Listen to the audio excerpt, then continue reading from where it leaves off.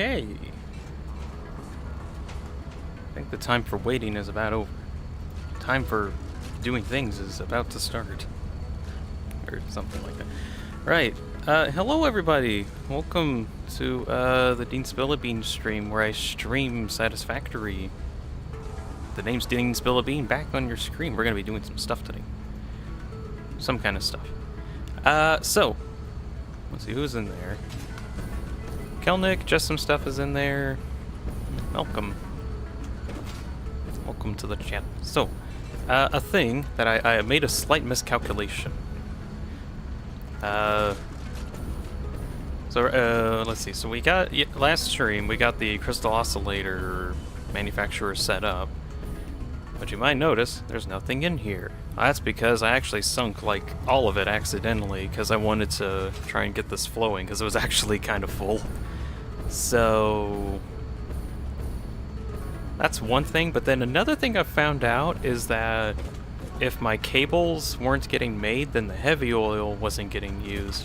Or actually, it's more like when the production stops, then heavy oil isn't getting produced as a byproduct that can be used for most of the actual processes in the factory. So now it's kind of in a deadlock where it needs heavy oil to work. So, yeah, so before the stream started, see, is it? Okay, it's getting some again, that's good.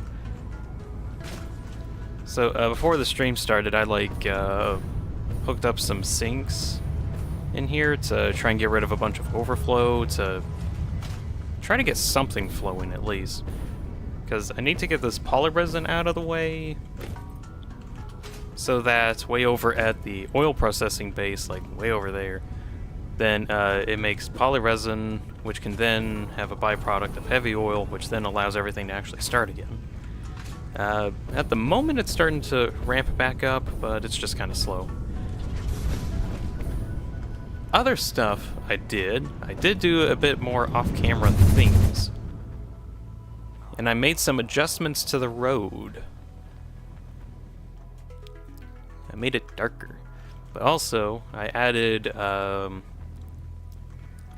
decals, as well as like a barrier in the middle of the roads. Also some railings on the side, and I also implemented traffic laws so that I don't mess up whenever I do stuff. I'm also trying to work on this conveyor belt sidewalk thing.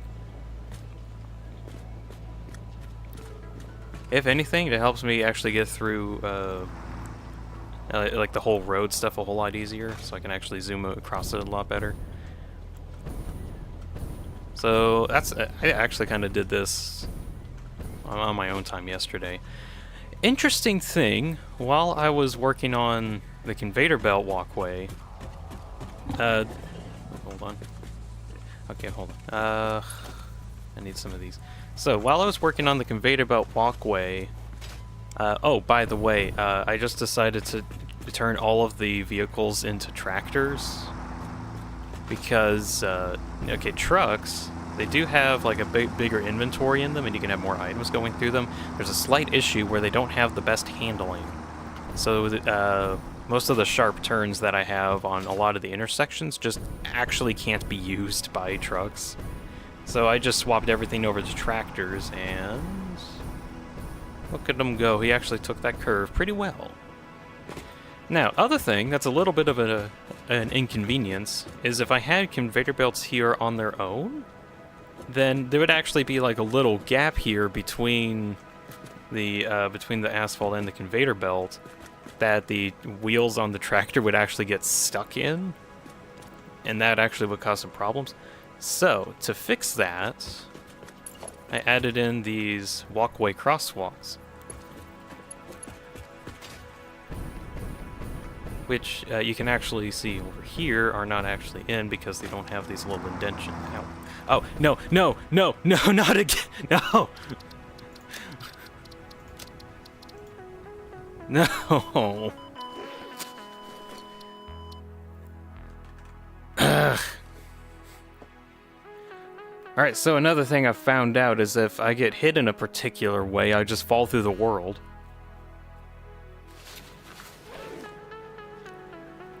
Beans are back edit again. Probably just some stuff. So, I probably should have added the sidewalk, like, you know, on the side of the road. You know, where it's safer than getting hit by cars. I probably should have done that, but I didn't feel like adding to the sides of this road anymore, so here we are. Then we get some funny clips, so hey. Don't you care about traffic safety laws? I don't know, we get some cool funny clips. But eventually, probably in some off-screen time, I want to get a bunch of these conveyor belts set up on these crossways. That looks really funky. What the heck? So at least for one thing, I can actually see or get a good idea of like where the path of flowing kind of goes, so that I kind of see at a glance where tractors would normally go, like that kind of stuff. Also, just giving me a general way to get around easier. So that's kind of what I did over in some of my free time yesterday. Today, however, we're going to be finishing up a project from last stream, and that was getting computers automated. Actually, hold on. Are the cables actually working again, or is everything? Tell me at least like one of these is making something. None of them. I should probably get check on that. Let's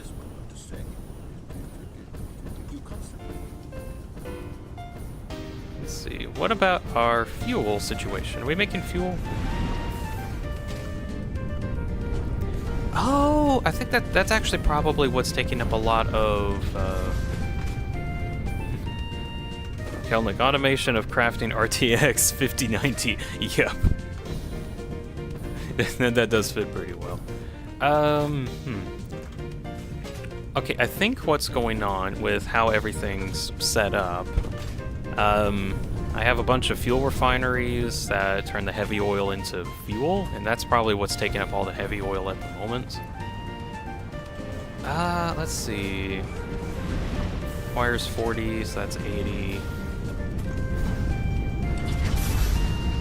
I'm actually making like one more than I probably should, so I think I'll disable this one for now.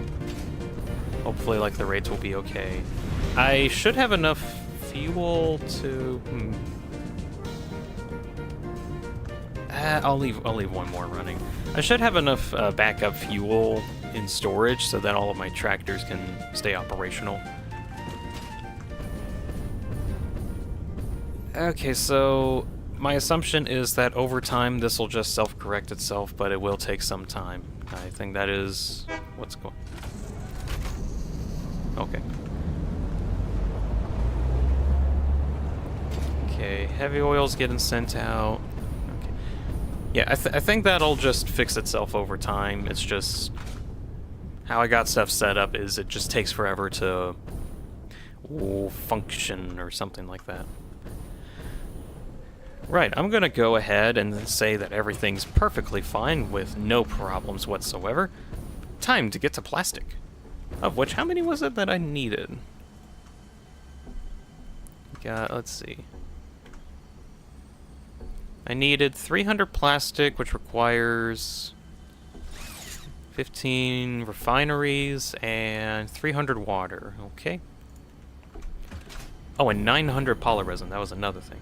I don't think I'm making enough polyresin to work with that, as in, like, the polyresin that's used for a bunch of other operations. But, hey, I probably need some way to get rid of resin anyway, so we'll go with that for now. What am I getting? I'm getting resources to start off.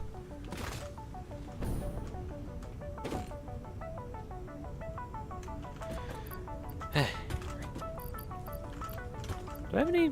I don't have any concrete. Oh. I got that fixed up. Anyways, other thing that happened yesterday, Satisfactory, or the Satisfactory devs have made a video.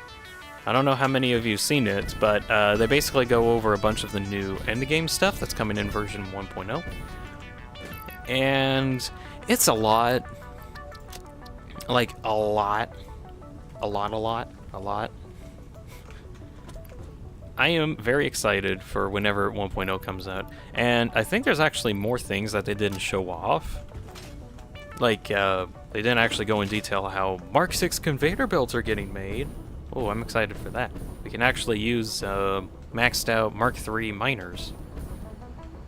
Because before, there was a problem where even if you had all of the, if you had the Mark 3 miners up at like full overclock, then you actually wouldn't be able to. I don't have space for all of these. What do I not want? I don't need these raspberries. So if you had a Mark III miner, you actually wouldn't be able to get all of the resources out of it in time. Like let's see, it would generate about, what was it? 1,200 items per minute, which for Mark III belts, or Mark 5 belts, sorry, is far exceeding its throughput amount. Because Mark 5 belts have like 780? 780, okay. And for a while, everyone was kind of wondering what the developers would do to fix that. They were kind of teasing that, oh, don't worry guys, it might be Mark 6 belts, or there might be something else. It might be something else. Who knows what it could be? And then it just ended up being Mark 6 belts. Turns out they were just messing with us this whole time. Anyways, no idea what the Mark 6 belts are actually made from. I am very interested to see what it'll take to actually make those. Probably the mystery resource that they've also been alluding to, where they called it the blah blah blah blah blah blah blah. I forgot what it was exactly, but that was pretty close. And it's used in a bunch of other processing, one of which that I'm kind of interested in, and there's a bean in the way. Excuse me, bean, go away. Thank you. Right. Process that the this new mystery resource is, I'm just gonna call it mystery goo. It's like some weird pink thing. I don't know. It's like a pink salt. I don't know. It's kind of weird. Anyways, new mystery item is used in a building called the Converter, which, get this, converts things.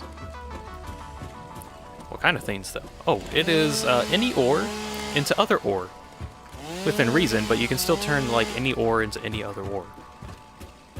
What that actually means is limestone has a use now, because one problem that limestone has, at the very least, is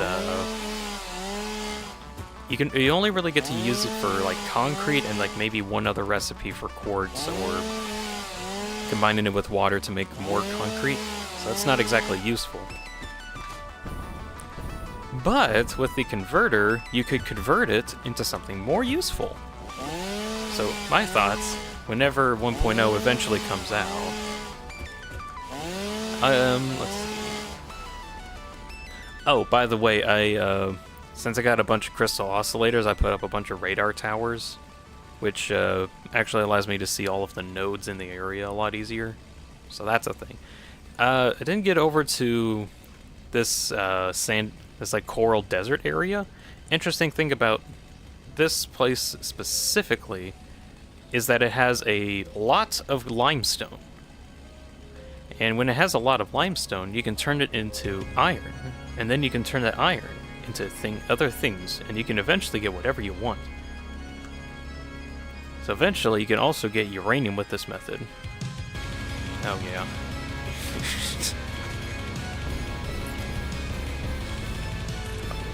It's time to work again. I need pipes. I can't work without pipes. So anyways, how's your day been, guys? Hope your day's been really fine.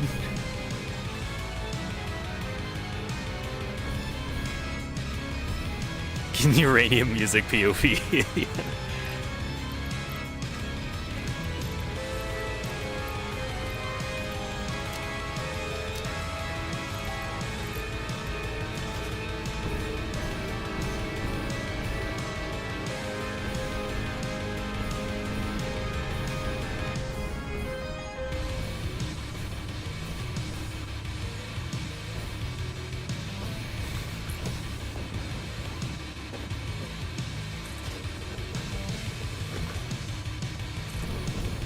I need to actually work faster for this music to make sense.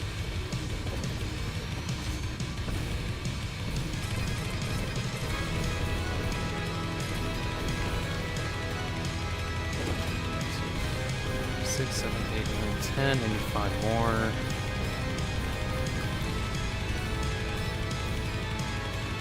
It's time for liftoff. So anyways, since the converter is allowing you to make some pretty cool stuff, I cannot talk with this music going. I'll just wait a bit.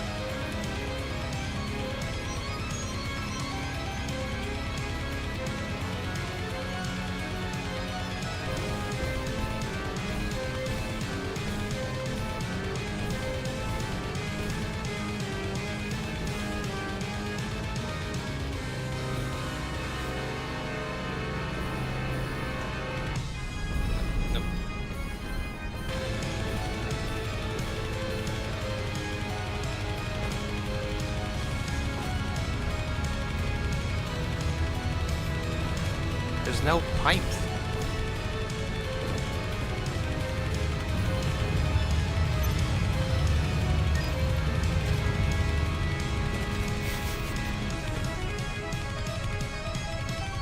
This is the most intense shopping spree I'm gonna go on in my life.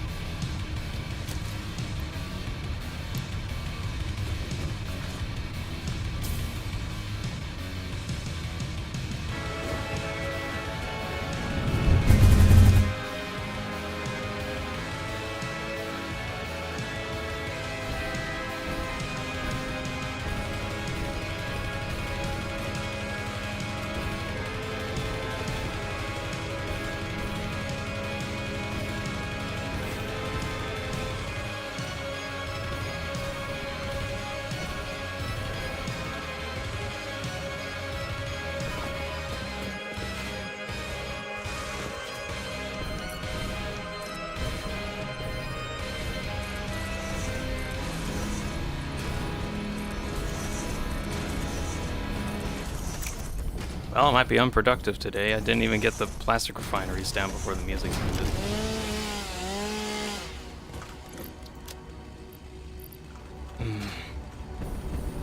Just don't have inventory right now.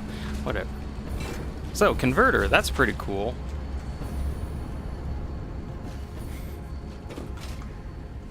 Other things that the converter actually is kind of used for, it's not just for turning limestone into something more useful, but also, let me throw some stuff away really quick. But another main use for it is you can kind of set up wherever you want on the map, and then you can kind of do whatever. Just some stuff. Me watching my mom balance money while buying 2,000 plus things at the store at the same time. They won't know. Definitely.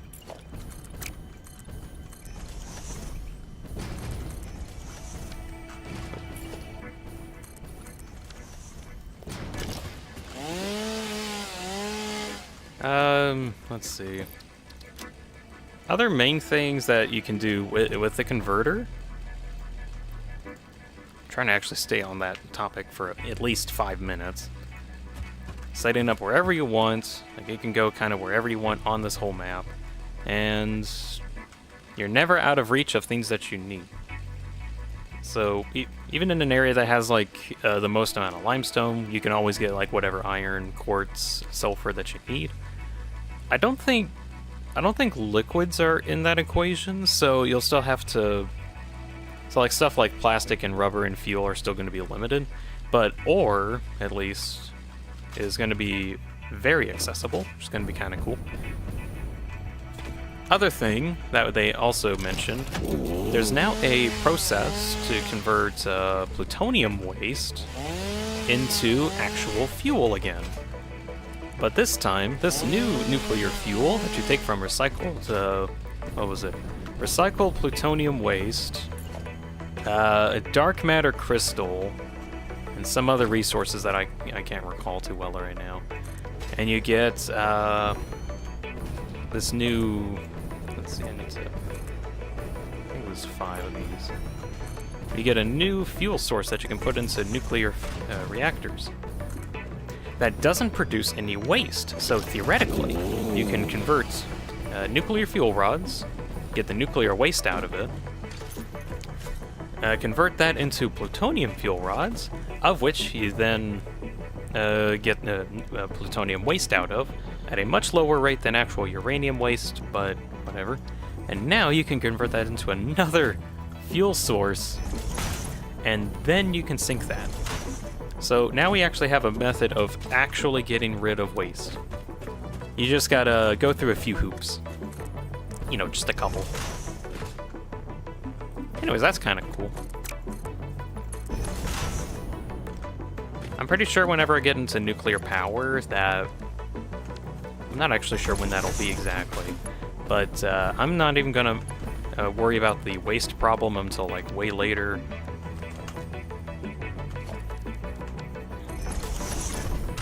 Like, by the time that I have, like, tons of waste to convert into something more useful, I'm probably going to have, like, a faster conversion rate, just to turn as much waste product into something more useful, is the hope anyway.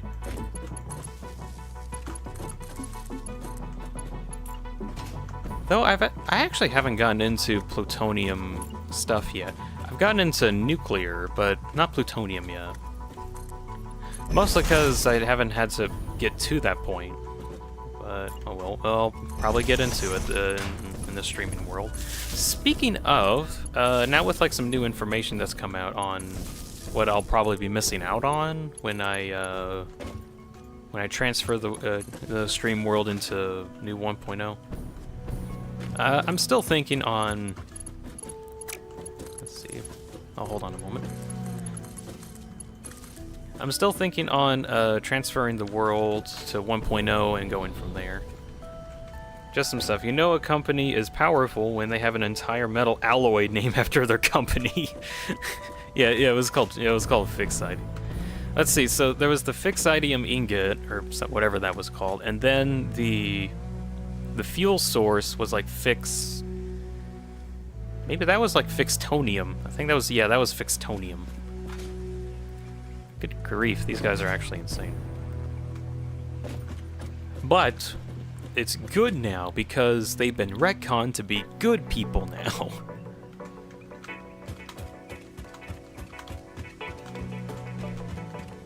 Although even though they've been like retconned to be the good guys now, since they're trying to save humanity or something, there's still like a the strange purple orb that they keep referencing every now and again, where like they glitch away and then everything is purple and it's talking to us for some reason. What's going on? We have no idea what that's about. I'm waiting for word I can't pronounce. Yeah. Oh, that's Fixonium, but in Russia? Or but in Russian. Oh, that's interesting.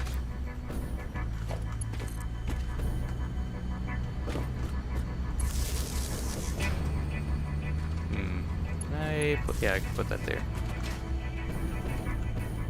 You know what? Your letters look way better. We just got like, like straight lines and curves. I guess yours actually, no, yours has that too. It's also... I'm gonna stop talking now. I need a lot of water. That's what I need. Water. Water is important. Don't forget your water, everybody.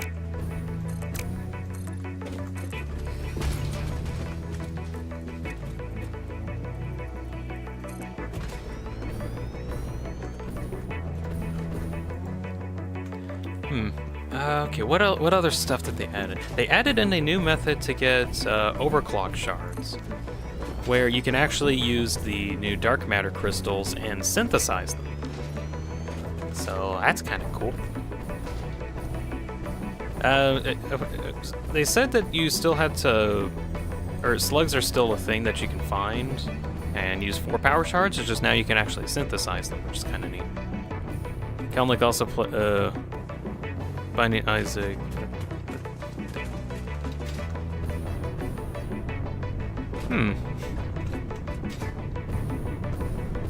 Oh, okay. It's like a color blindness thing, I think. I'm not that savvy in that field, I'm sorry. It's kinda interesting though. Shoot, what was it? Oh yeah, copper sheets, that's what I need. Do I have any over here? I have a few. I'm gonna have to head back and get some more. Let's see.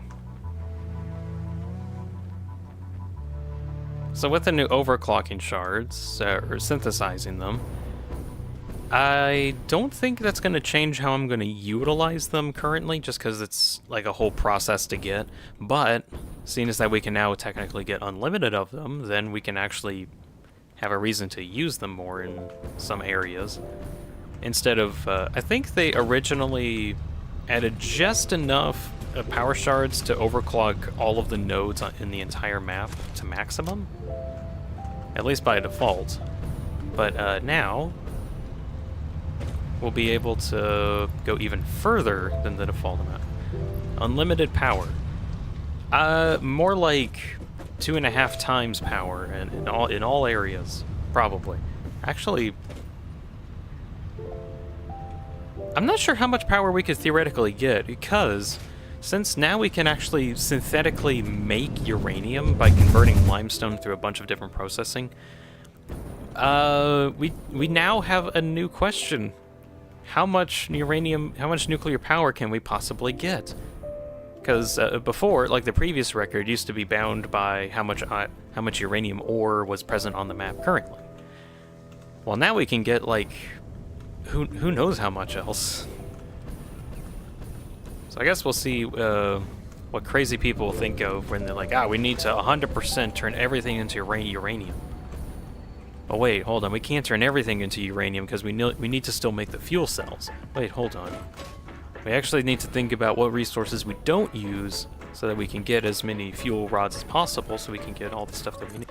This is more complicated than we thought.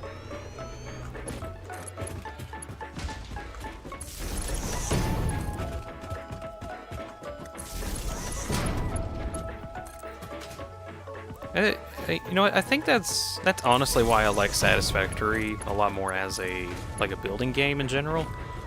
Or okay, like the factory building game aspect of Satisfactory is what I really like about it.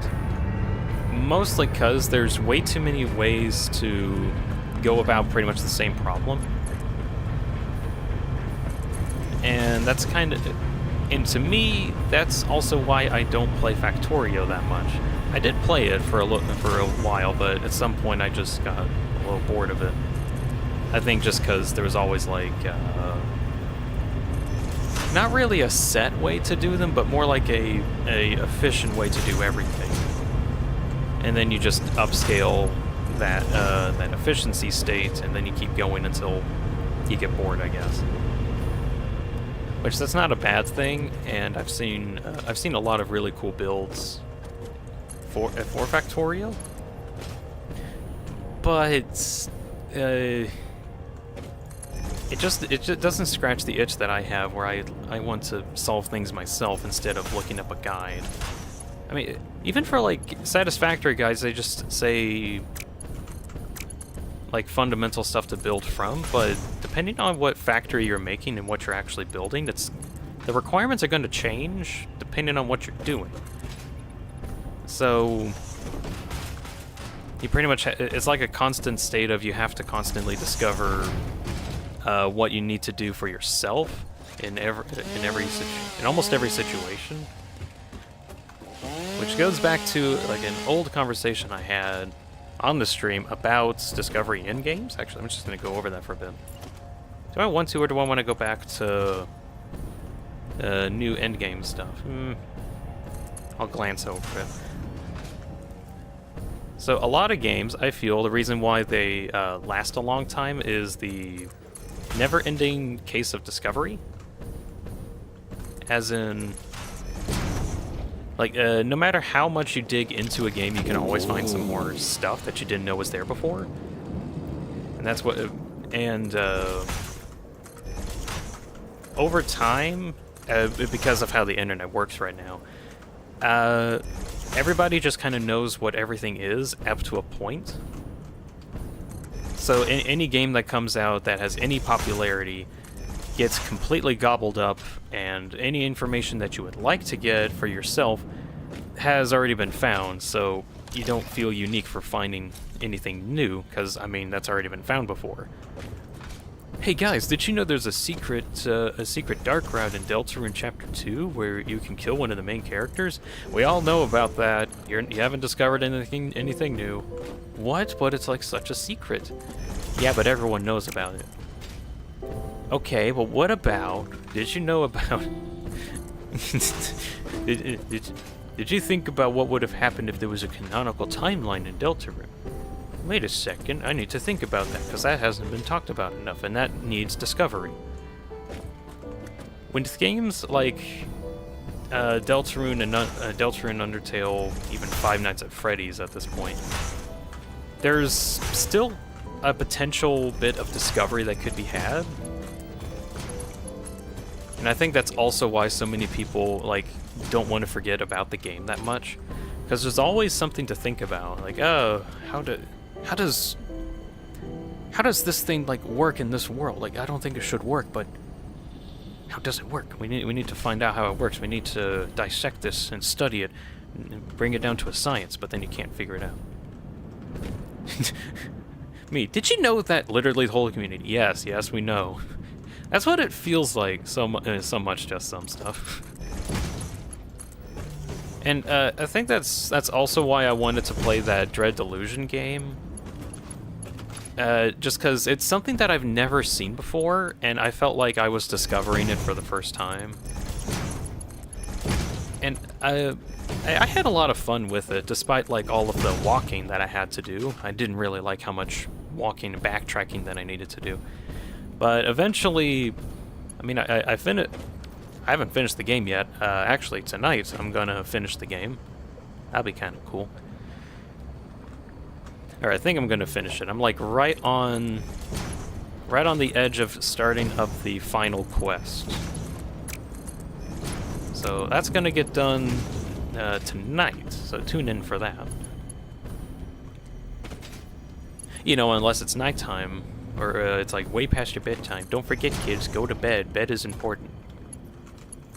Unless you're an adult, and then bed doesn't actually matter. And then it's up to you. Okay, back to the discovery conversation. So, I want to play Deltarune.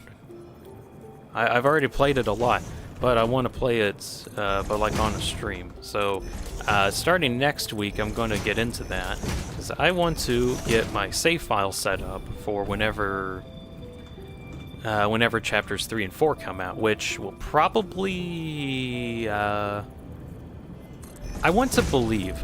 desperately want to believe that it'll be sometime in September.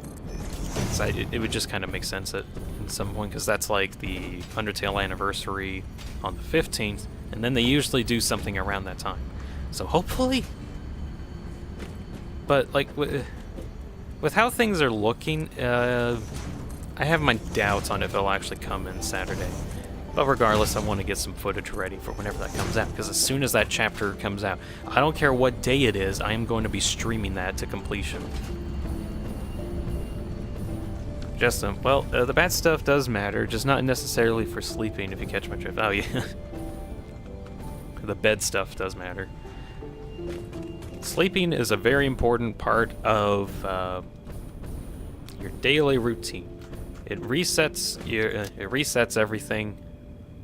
Did you know that computers get worse the more you leave them on? And you have to kind of reset them every now and again.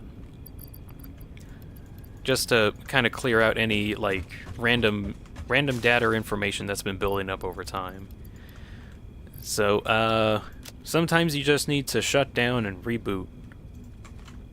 Because technically, we're actually extremely super ultra mega sophisticated computers. You know how much we want to get AI to work?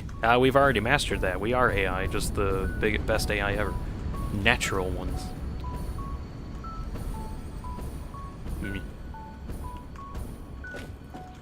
That's a whole conversation in and of itself.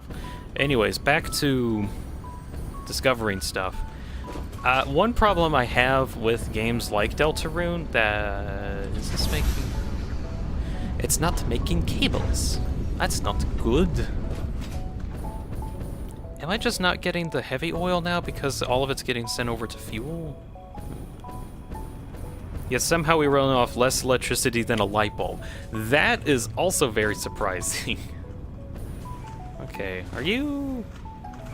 You're maxed out, you're maxed out. Are you maxed out? You are. Okay, that's good. So that means heavy oil is coming through? No. It was coming through before.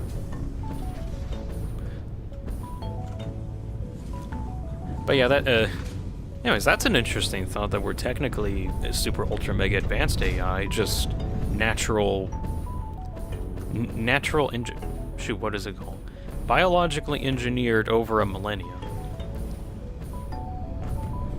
Something like that. Evolution is crazy. Although not to discredit AI whatsoever, because frankly being able to even make something like that is terrifying. That humanity is even able to make such a device. Not that it can think for itself, but that can, like, solve problems that rocks should not be able to. As Shakespeare once said, mortal engines. Yeah. Okay, I need 900 polymer resin to be over at the plastic refinement area. A Mark V belt can only take 780, so I'm gonna need to have 2 belts worth. Might get away with like Mark IV. I don't have enough for Mark IV belts. Nor Mark V. Let's see, I think I have some spare stuff in here. No. Back to the base. So anyways, back to Deltarune real quick. As much as I love the game, and why I'm also so desperate to play it to completion on day 1, is because on that day, there's going to be like tons of streams or video or references, I don't know. There's going to be a lot of images on the internet that I'm just going to randomly see and get spoiled from. I desperately want to experience Deltarune before I see any spoilers, because every single time I go on the internet, there will be like, hey guys, did you know? Here's like the new secret boss thing. Wow, thank you for spoiling that for me. Now I have to undiscover that for myself. No one likes when people does stuff like that, but it's the best way to get clicks. And I don't like that ecosystem.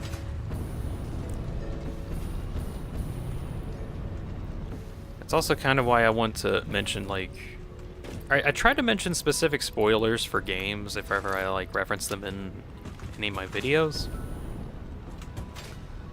Or, just, like, wait like a month or 2 before like publicly talking about it, just to give people enough time to do stuff, because not everybody just has a few hours to spend to like deep dive search into everything in a particular game. So all that to say, I'm not only going to remove myself from looking on YouTube for approximately 2 days until I actually get chapters 3 and 4 done, I'm gonna get those done, like, within the day. That's probably gonna be literally the longest stream I've ever done, because I'm gonna play it to completion.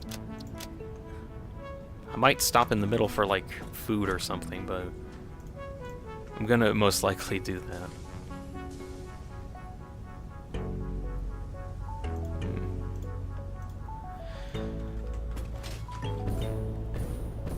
Yeah. What was I doing? Oh yeah, getting polymer resin over there. That's what I was doing.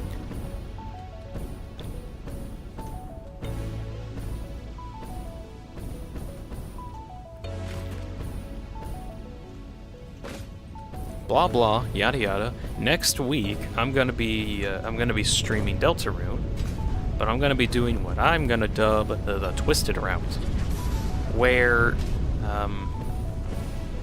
let's see. I'm trying to think about. Okay, that belt's actually going that way. I think I might be able to work with that. I'm just gonna have to make a splitter off of this.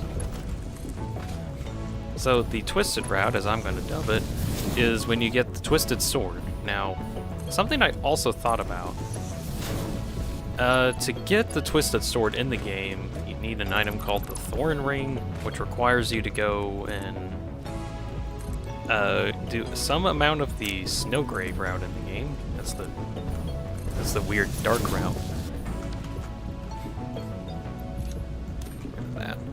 But so you get the Thorn Ring and another item that we don't currently have, called the Purified Crystal. That probably is going to be made from Shadow Crystals, but we don't have any confirmation on that yet. Nor like how you combine them either. But I think to get it legitimately, it might take until the end of Chapter 3. Which does make sense, but weird thing is,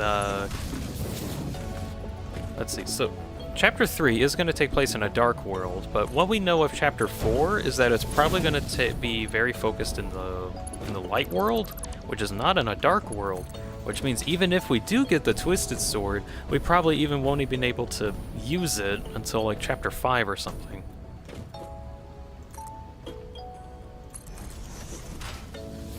So I don't even know.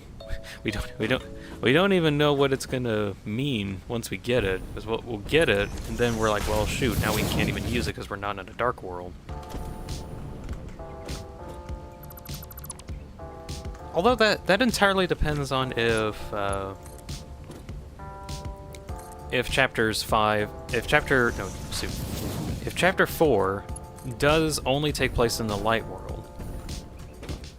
I still feel like that'd be kind of weird, but theory I got with how the Deltarune story is going to go is,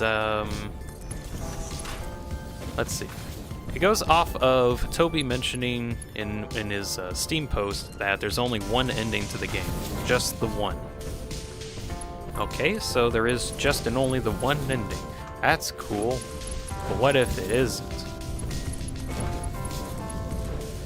Nah, I'm pretty sure there's only one ending, and our job is to try and figure out how to not get that one ending. Let's see. A lot of people will probably say that probably doing the Snowgrave route and doing that to completion might do something. I don't personally think so, actually, because let's say you do commit the entire Snowgrave route to completion all the way to Chapter 7, whatever the heck that means. Is this actually going to be enough resin? Probably not. Let's see. I'll figure something out.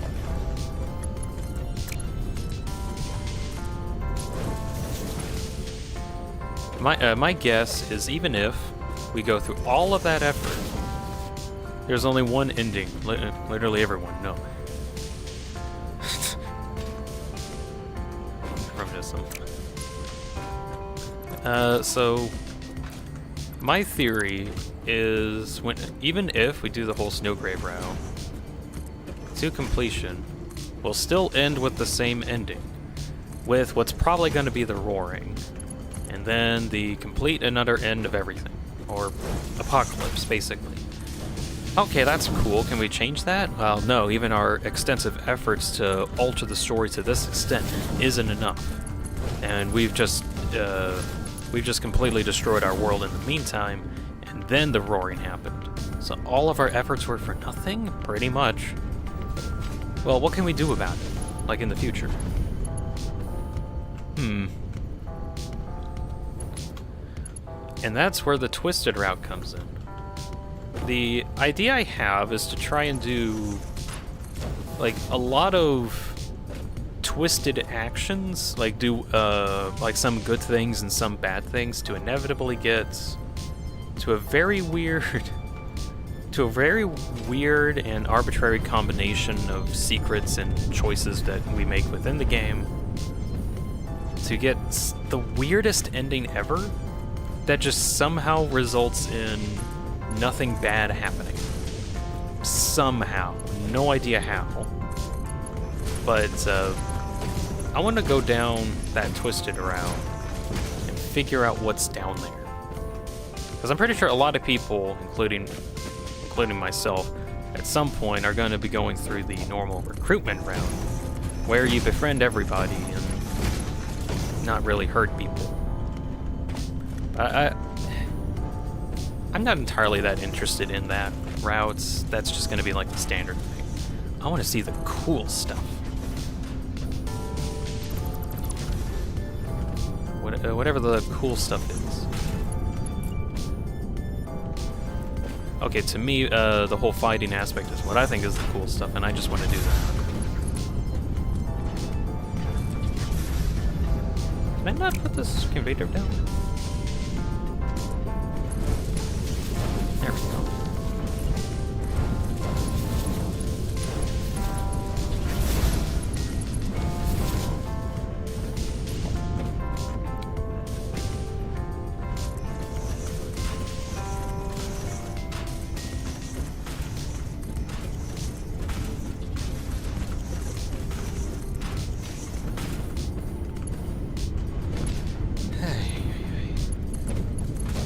Almost done with the plastic segment of the computers.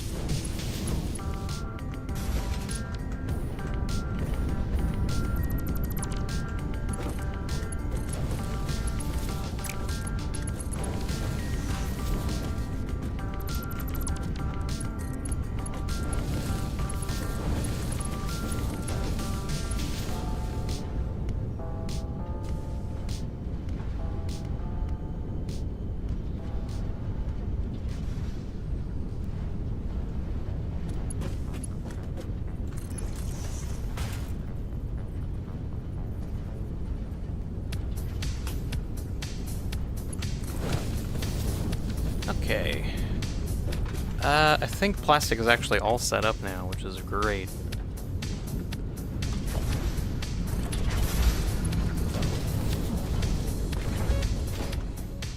So that means plastic and rubber are done. Enough for now. I think I need to make some changes later on, but here we are. Next thing I need to do, let me pull up my notepad.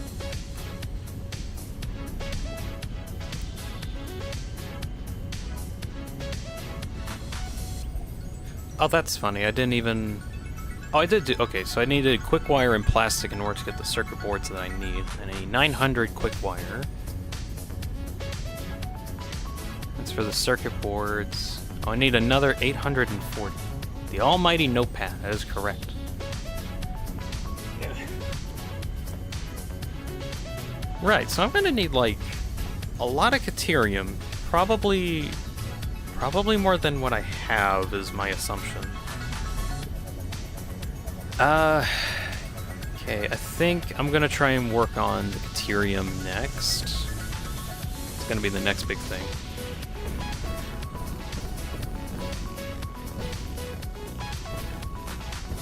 So how much Caterium am I actually getting? I'm not exactly sure, because I need to, like, flow this outward a lot. But I am making a lot of ingots. I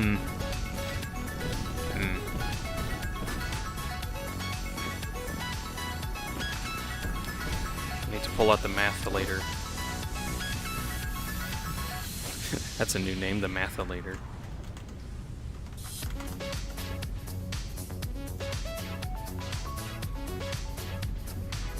Okay, so I need 1,800 quick wire a minute. Divide 1,800 by 60, and I get 30 smelters worth. And I remember... I think so. No, 30 constructors worth. That's what I need.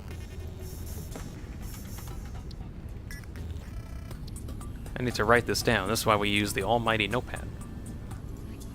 Okay, so for 1,800 quick wire, divide that by 60, and I get 30 constructors worth of stuff. Okay. Each constructor takes 12 caterium ingots, so I need to multiply 30 by 12. And that's 360 ingots a minute. Let's see, 360 cat ingots. Times 12 is 360 cat ingots. And then, how do I get the... I just realized a slight situation. So 360. I need to either multiply that by 3, or multiply that by 2, depending on other stuff, I think. Okay, let's see. So 360 is what 360 ingots is what I need. Caterium ingots. I can either use a smelter and get a 3-to-1 ratio, or a refinery to get a 2-to-1 ratio. Frankly, I don't have enough water infrastructure for this. I'm gonna have to go for the 45 a minute. Hold on, I need to... Let's see, I need to multiply 360 by 15 ingots, and that'll give me the refinery amount that I need. And then I multiply the result by 45, and that'll be my ore that I need. So 360 multiplied by 15.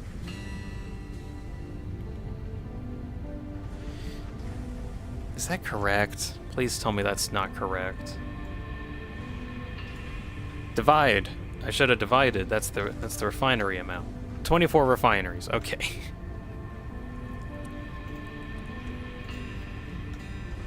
See, so 24 refineries. And then multiply 24 refineries by 45, and I'll get my cat ore amounts. So 24 by 45, and I need 1,080 ore coming in. And then that'll work. What did I get myself in? Good grief. So I need that much. Quick maths, yep. This is a slight problem, I feel. 'Cause, okay, hold on. It's not refineries that I'm using, it's smelters. Okay. So all of that, I think I should be able to get enough. Actually, I don't even, let's see. Moderately paced math. I'm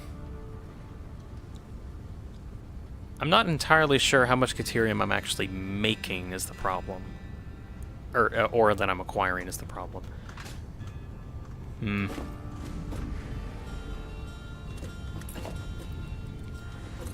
Oh well, that's just going to be the next thing to work on.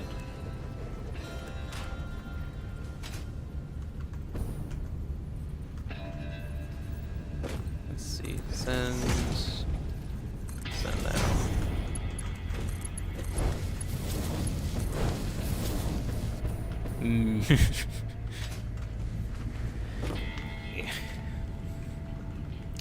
Okay.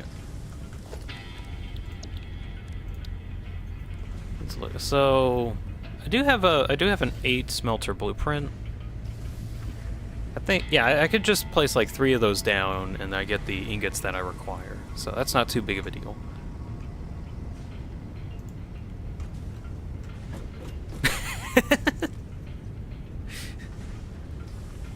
I'm just watching you all trying to spell math.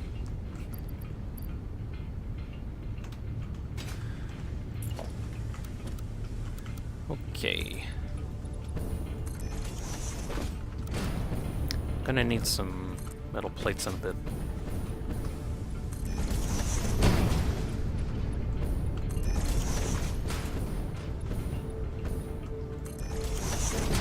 Kelly, did you just divide by 0? That's a bad idea. Why did you divide by 0?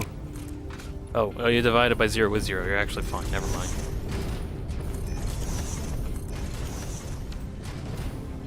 Equals 0. Yeah. It would just equal 0, so we're perfectly fine.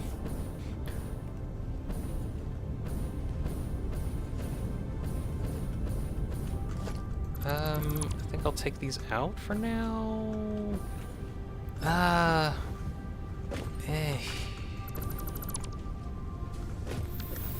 For the time being, I think.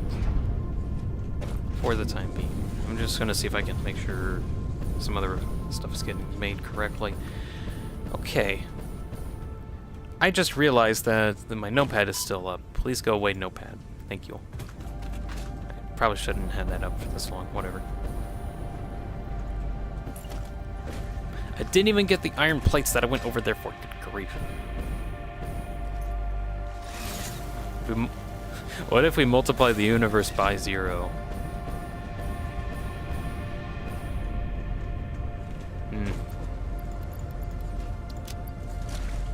We're dividing infinity by nothing here, so... Not actually sure what would happen. That entails that the universe is infinite. I mean, have you seen an end? Well, is there an end, though? Not sure. Not sure if there's an end to the universe. No, we don't sell grapes.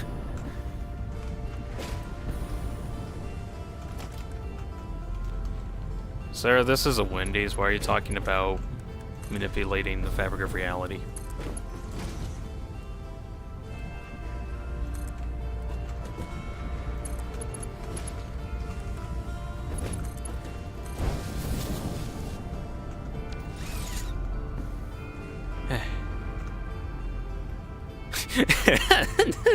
Just some stuff. The end of the universe is the letter E. We solved it. We now know what's at the end of universe.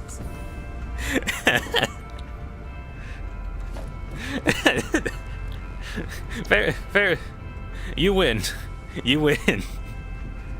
You just won science.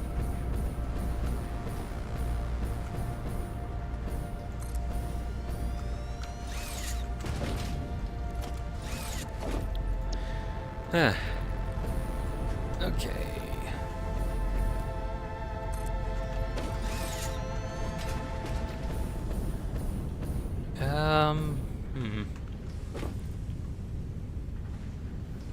Trying to think about some stuff. Okay, so this is all going to be Caterium ingots.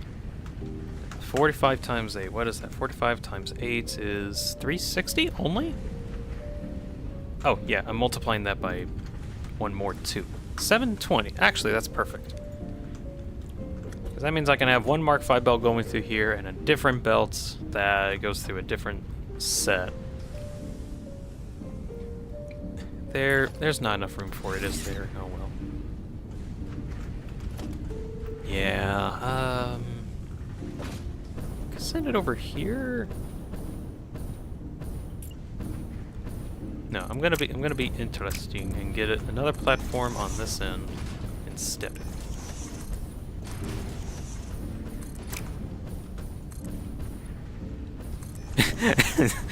It was E because we got the F out of there. The universe. It's the universe.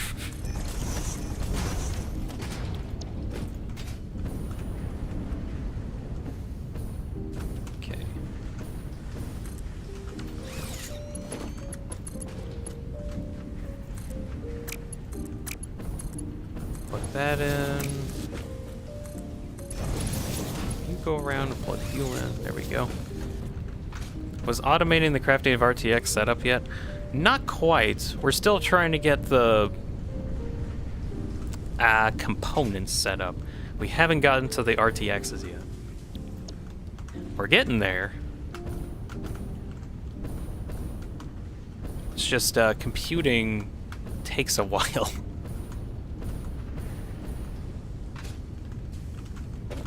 Okay, I need to... Hold on, I need... Okay. Much better.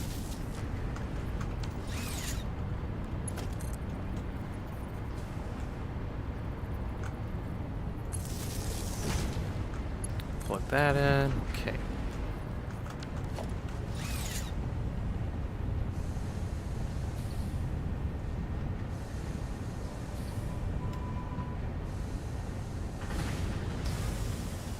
Let's see.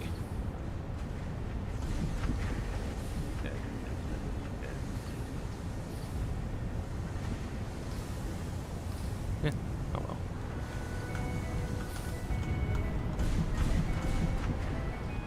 Paste, paste, paste, paste, paste, paste, paste, paste, paste.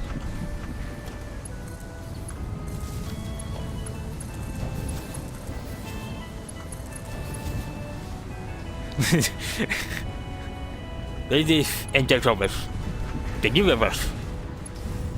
That sounds like something said from a Futurama skit.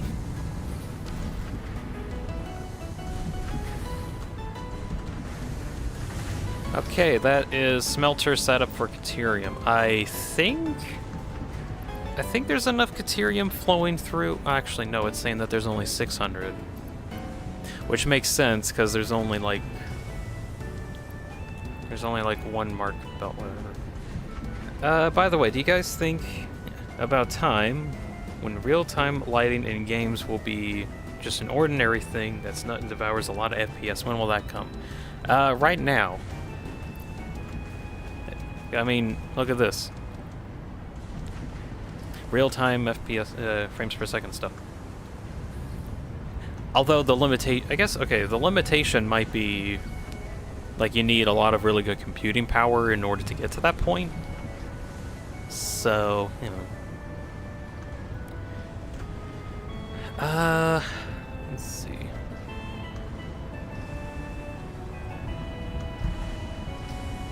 It's baked. Oh, yeah, that's right. Or like everything is set up for that.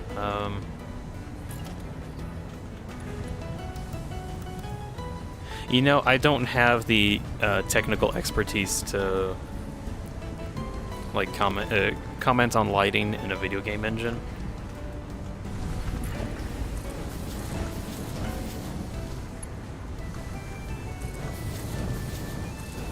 Mostly because I haven't actually looked into that too much. I know it's interesting to do, but I don't know much about it. Yummy lights. Okay, so I got the Caterium ingot set up. I now need to get... How many constructors? 30 constructors. Okay.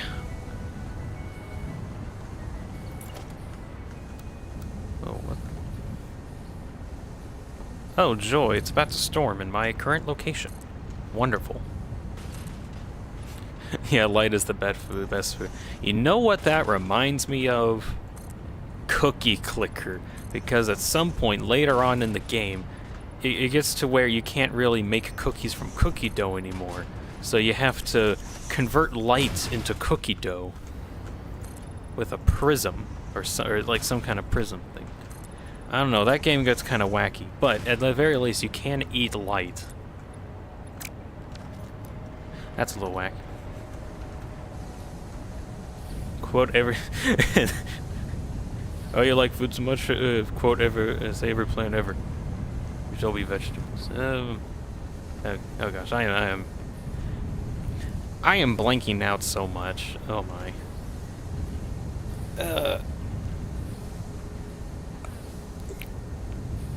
Oh my.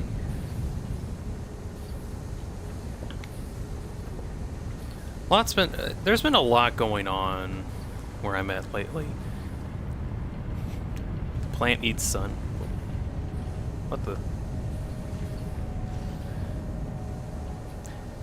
Yeah, it is storming in my location. That's joy. So, if I cut out randomly and not come back within the first 5 minutes, you'll know what happened. Although, I'm pretty sure I should be safe from power-related outages, but hard to say.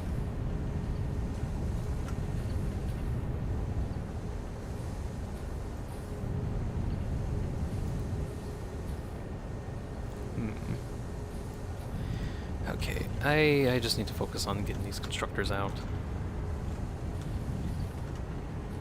This is going to be a lot of cabling, isn't it? Or like a lot of wire. Oh boy. Let's see. Quick wire, 60 a minute. Multiply that by 8. What do I get?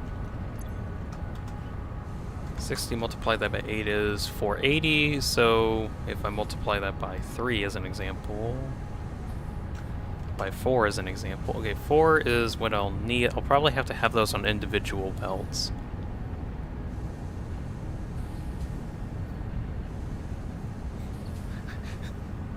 The sun eats everything. Damn, who'd be called everything?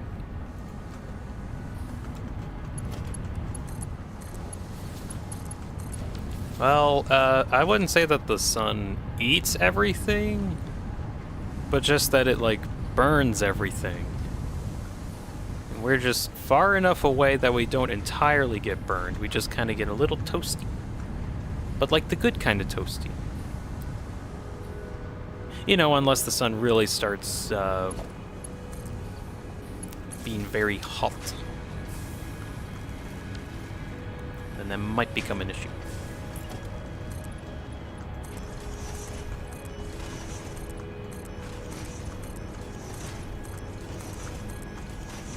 Was this gonna collide with it? Sun be spitting insults? How dare the sun scorch it? Oh, the sun roasts us, actually, yeah. Okay, that's kind of funny. I don't have cables. Preposterous. I got cables somewhere around here. Where are my cables? Hold on. Have you been making anything? Ah, you're making cables again. Great. Yeah, cables are getting made. Right. Figured that process would fix itself eventually. It just took a while. I guess I could also just kind of look at crystal oscillators we got so far. About stack, like a row and a half. That's pretty good. Right, focusing time on the quick wire. The wire that is quick, the quickening wire.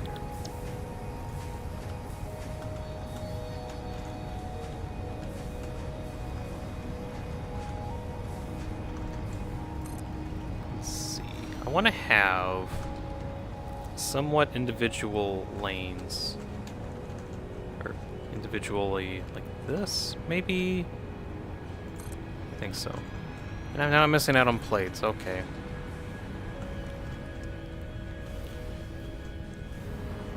At the very least, all of the blueprint designs that I have in my back pocket are gonna make building stuff a little bit quicker. Random question, where does bean milk come from? I thought we figured that out at some point.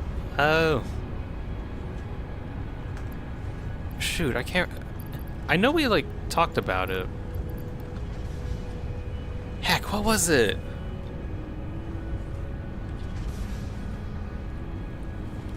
Darn, I forgot. I know at some point in one of our earlier live streams we actually found the answer for that, but I can't remember what it was.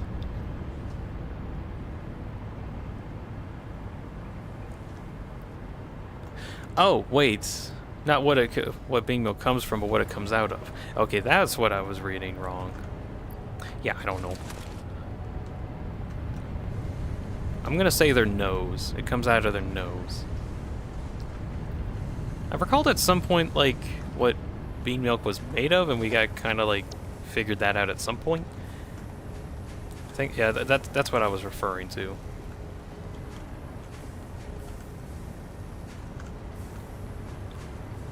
Is that okay? Looks like it.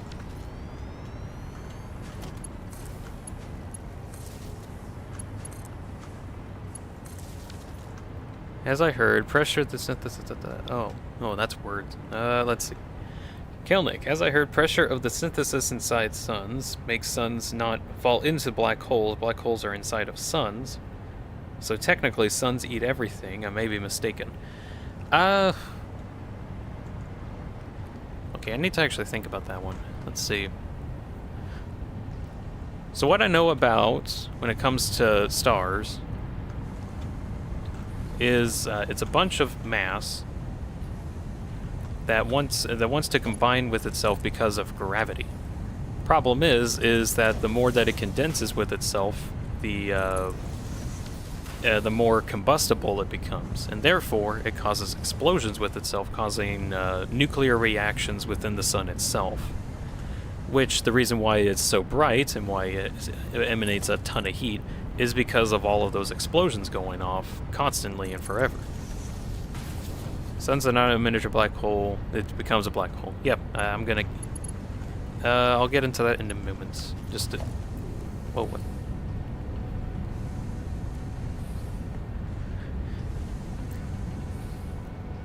You know what? I'm only going to start worrying about the storm that's outside my home if lightning actually goes through my mic. So I think it's perfectly fine outside. So the reason why suns stay hot is because they keep exploding forever. They're just constant nuclear explosions going off. The reason why suns die is because they literally just run out of fuel to explode with, and that only happens if they've used up all of their resources. For a sun to use up all of its resources, it's a big combustion engine. Yeah, basically. Once it uses up all of its resources, then that's when it actually collapses in on itself, because again, normally suns try to collapse in on itself anyway because of gravity, but due to the explosions that are happening, it keeps pushing all of that mass outwards. Eventually, there ends up not being enough fuel to sustain the insane chain reaction of explosions, and that's when you end up with a star full of iron. And when that star has too much iron in it, iron isn't really combustible, and I think that's like where the breaking point is, and after that it just starts failing to explode, and therefore it collapses in on itself finally. In doing that, it ends up collapsing itself into such a fine and concentrated point that it pretty much forces nuclear reactions, or shoot, what was it? It forces things to combine with things when it, like, materialistically should not even be able to, which is how we get rare metals like gold. I know gold is one of the things that come out of it. Anything on the periodic table that comes after iron is one of those things that can come from stars. So the only reason why we have a lot of those really interesting metals is because of stars. So that's kind of neat. Now, something that can happen for excessively large stars is if too much of that mass gets condensed into one location, then that's what creates a black hole. Actually, no, wait. No, it's not that it creates a black hole. I think it creates a neutron star. Oh, shoot. Okay, I'm not an expert in this. Don't quote me on anything. I'm just going off of what my mind is reminding me of at the time. But, let's see. Oh, wait. No. I don't want those there. Heck.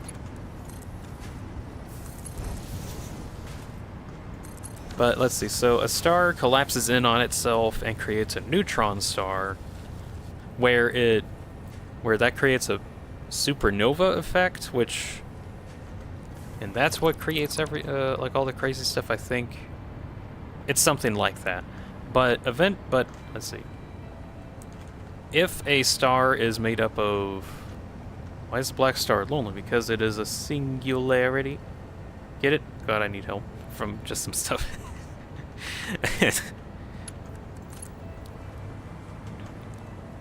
Okay, what do I want here? Actually, I think I would like that, and then for you to split off. So if a star has too much mass in it when it becomes a neutron star, it ends up collapsing in on itself even further, and that's what creates a black hole. When in actuality, a black hole is just a infinitesimally small star.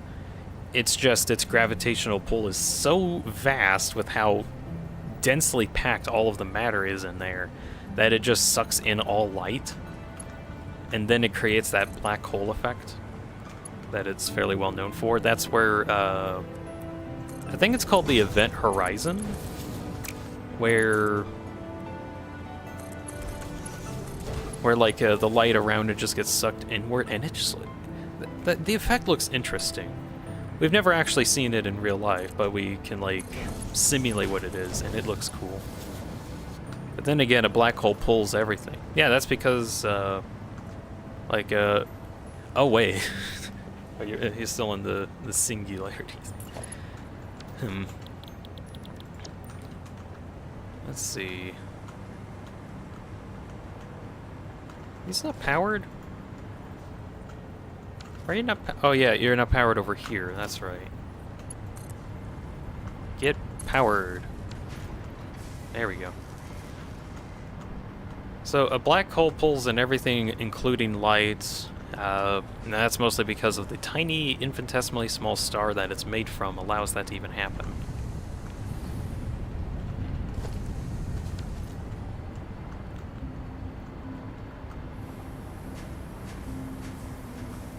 So that's kind of like the crash course of how black holes work, or just light physics in general, or something.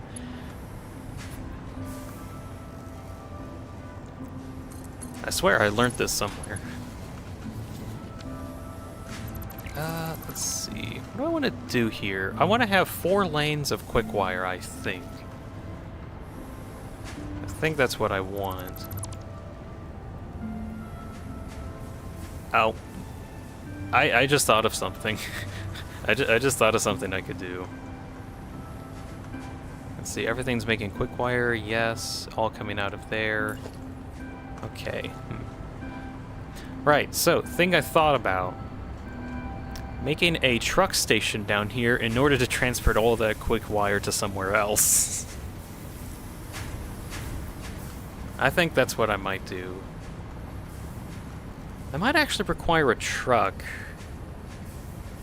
Or 2 trucks, maybe, depending on how much throughput I actually need. I might actually need trucks.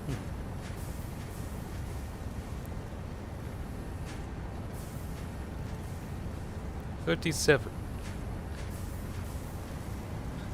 Yeah, 37 what, Kelnick?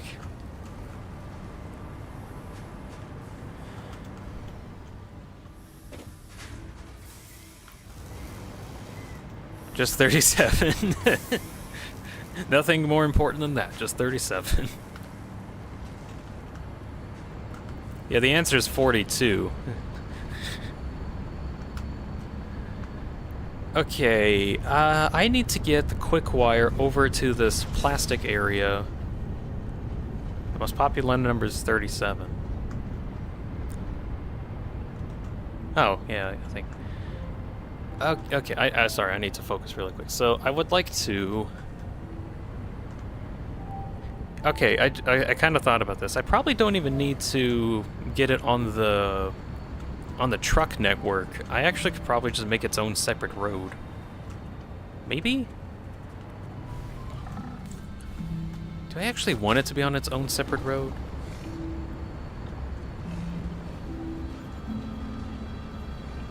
Gosh, I'm just trying to think about what I want to do with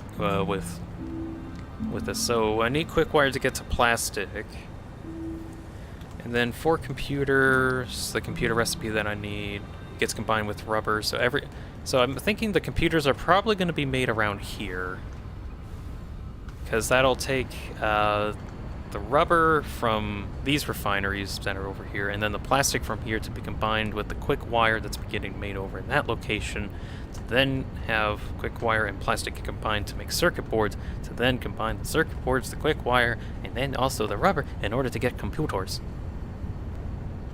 So that's what I'm doing.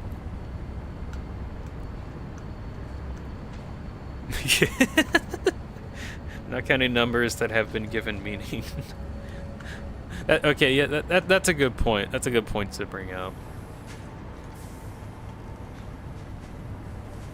Okay, funny thing. I don't know exactly when 420 became like the weed number or whatever. But I got introduced to that as a concept because of Five Nights at Freddy's. Because there's like the secret mode in the game where you can set everything to like a difficulty 20 mode and make it like very advanced, and that was called 420 mode. Yeah, I thought FNAF made it first as well. It's just a funny reference. I'm trying to think about things.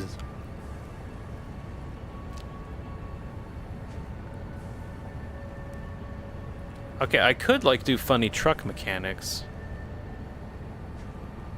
50-20 mode. Ugh. For real. Okay, I probably won't actually go as far as making truck stations. I might just make a big platform up top, and then that's where everything's connected. 50 times 20 is 100. Well, yeah, oh yeah, it'll be 1,000, that's right. In that case, it's 1,000% difficult. I never actually played Ultimate Custom Night. I should do that someday. I don't know when I'll have time to. Zero's just sitting in the office. Zero, get off your butt and make $1,000, because 100 ain't gonna cut it.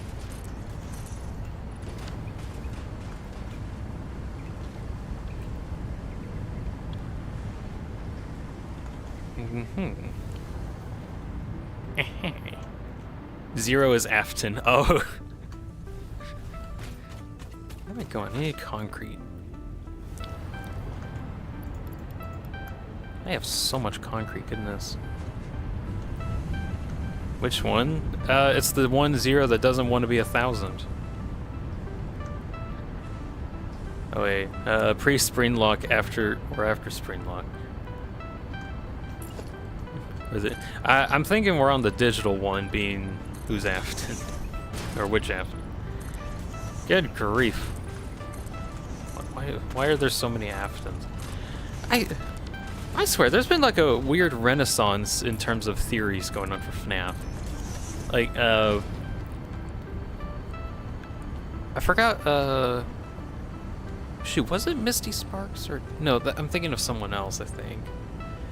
There's like one theory video that came up that's like, hey guys, we solved Golden Freddy, and then posed evidence that, to me, I mean, it's like a good theory, but I felt like that we've already found evidence against that already, so I don't know.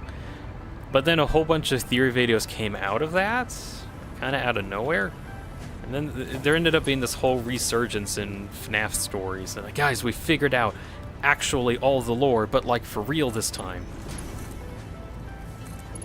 I don't know how realistic that ends up being, but whatever. Okay, quick wire is all going in that direction.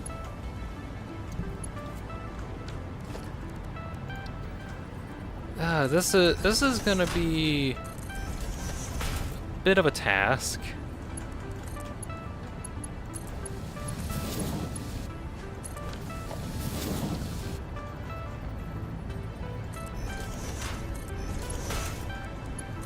Can this reach? It doesn't reach. Okay. But that's just a theory.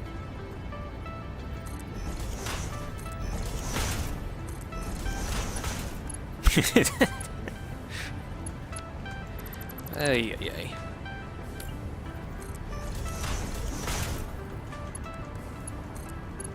I wonder when, like, actually I don't need that many things here. I wonder when, like, the next big indie game will come out, and then it'll start, like, a whole renaissance of trying to figure out theory stuff for that. But then again, I think we've kind of gone way past that, and I think most of everybody's collective consciousness is just solely focused on either FNAF or Deltarune. Is this not making quick-wire? Oh yeah, it's not. Kelnick, by the way, who is the FNAFer that in the universe in the English? Wait, for Russians, motherland when. Okay, I'm trying to think about that. For the longest time, it was Matt Pat from Game Theory. Like it was kind of like. Let me think. Hold on. I'm trying to think about some stuff. But yeah, Game Theory is the main one. But I think over time, I think Game Theory honestly went a little too deep in the theory crafting. Matt Pat's involvement in the actual lore of the game is actually kind of fascinating. So I would say the biggest FNAF theorist YouTuber is most likely Matt Pat from Game Theory, although they went too far. Yeah, I feel like that. The lore for the game just completely went off the rails because of their involvement. That's just my opinion on it. But here we are today. Hold on, I want to find this one video real quick. I'm not gonna show it, but I want to like make sure I'm getting my facts right. Let's see. FNAF timeline. Ah, here it is. Gibby's Horror Homestead. He made a video that is the complete. Here, let's see. It's called Five Nights at Freddy's Lore in only 8 hours, 57 minutes, and 38 seconds. A complete history.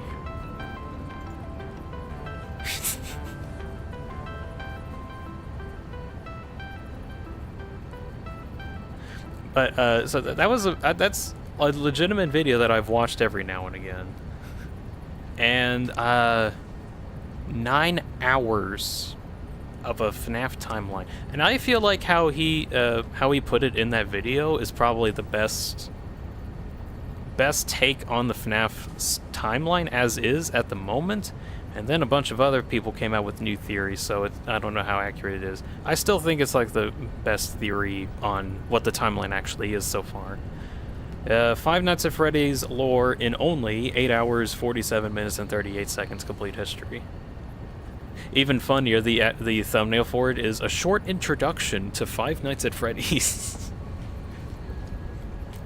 But yeah, I've no joke watched that like 2 or 3 times to completion. It is pretty good. I would say that guy's Gibby's Horror Homestead. That's another one, but there's like some other theorists out there that are also doing stuff. I'll look at that in a bit. Right. So in other news, I got quick wire set up. Kinda.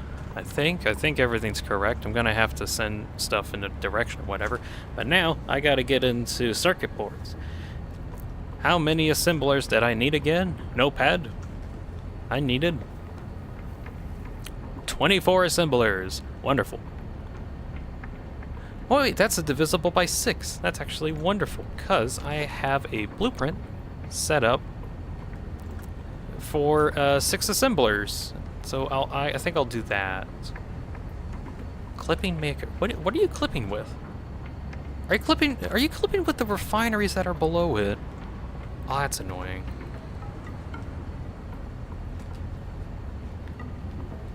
Remember that the net forgot about all the good deeds of Scott Cawthon for a moment.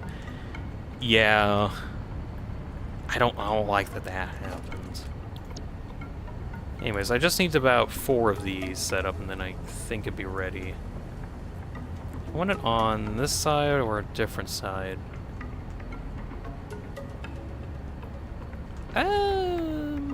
We'll go for this side.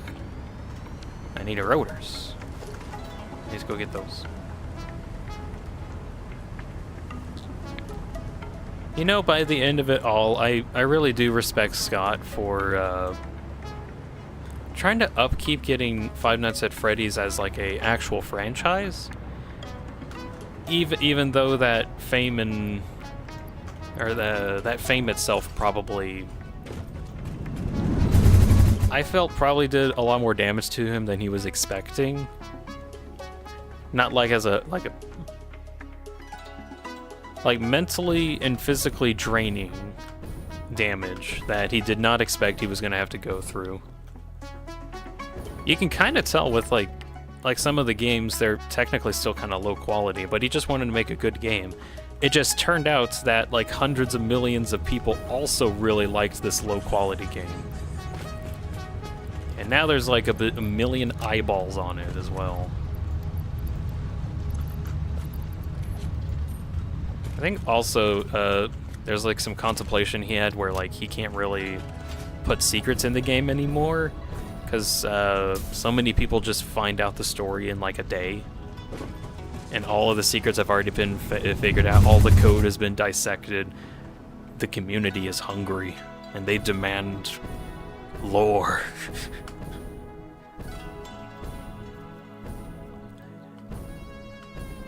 Like seriously, the community for Five Nights at Freddy's and Deltarune by association, they're insatiable. I'm a prime example. I'm insatiable. I will devour that game as soon as it comes out. I will not spare any minute. But I'll enjoy it nonetheless. Although my reasoning for wanting to devour it instantly is specifically because I want to experience it for myself first before I get spoiled. So I at least have reasons for completely devouring it. Let's see, do I want to do it like these? Yeah. Okay, so that is 12 so far.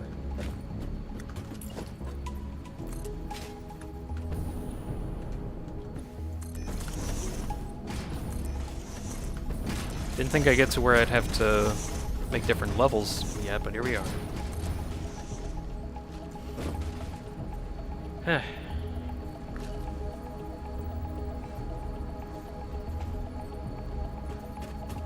I'm sorry, hold on, I gotta read up on that. FNAF immediately went to Night 7 stuff. I'm sorry, that's a lot of words, I can't read that accurately. FNAF World isn't even a night. It's kind of just an A night, and Security Breach isn't technically a Freddy's thing. I do think that's interesting. How like, let's see, how FNAF did technically end, or how things were working, because it really did fit up like that, where like the 7th game was all about a custom, like a super custom night, and in every single game, always on night 7, it would always be the custom night. So I do like that they made that work now. Also, like with the 5th night being like the lore heavy nights, like that's always been fairly consistent. And then Sister Location came out as the 5th game and revealed a lot of lore. Let's see, what was 6th game? Simulator. I would say probably should be the hardest one, but I think that one, oh man, I really should have played those games when they came out. I think I was just too scared at the time, but oh well. Okay, assemblers are kind of hooked up. I just need to get conveyor belts linked between the two. Or I already did that. On one end. My take on canonical events of Five Nights at Freddy's. I think the whole game series stopped after Custom Night, or more specifically, it stopped at Pizzeria Simulator, and then it continued with Custom Night as like an epilogue and just some bonus content and little tilly on top, and it should have just ended there. Or at the very least, when they continued on with the story, they should have probably taken it into a different direction, just making it a spin-off alternate universe. I don't like that they incorporated so much of, or not that they incorporated, but that they just changed so much of what lore was. FNAF Peak to FNAF 1? I think in terms of gameplay, it was really good. That was, of all the FNAF games that I played, the first one is one that I played in like a school computer at some point, and that was actually kind of fun. But other games I haven't played, but I still have like choices on what things are, or opinions on that. FNAF 1, I would also still keep up with, or let's see. FNAF 1, I would say, is probably the best in terms of the gameplay, and weirdly enough, every other game was just like a weird spin-off of the first, but it never could match the first one. Maybe like FNAF 4, with all the spooky, scary stuff, it was probably close. Oh yeah, here's the bean. That or Pizzeria Simulator, specifically the fun minigames that you can do. Remember CGS, is Labyrinth song? I'm sorry you've been misinformed. When the new, yeah. That was interesting how that ending happened in FNAF 6, where the narrator was like, well, hey, sorry, you've been kind of misinformed about this, which actually in reality we were. Scott teased that, guys, this is just going to be a little teaser game, don't have to think too much about it. But then it turned out to be FNAF 6, and we were all excited. We thought it was going to be a really dumb troll game, and it was starting to be that, but then it wasn't. Ooh, that was some time. Okay, which one's circuit boards made from plastic and quick wire? Okay. Copy that, paste to all of them. We got bamboozled, and then we were told at the end of the game, yeah, sorry we bamboozled you, it wasn't our intention, but we needed your opinions to be genuine. I see what you did there, Scott.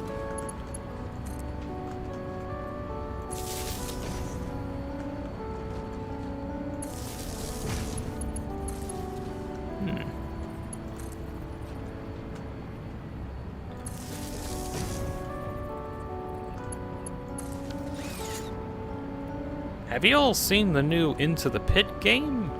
Where you go into the ball pit? That game was actually pretty cool. I also didn't play it myself, but I watched like a streamer play it, and it looks really, really good. It also actually plays like a really good game too. Wait, hold on. There we go.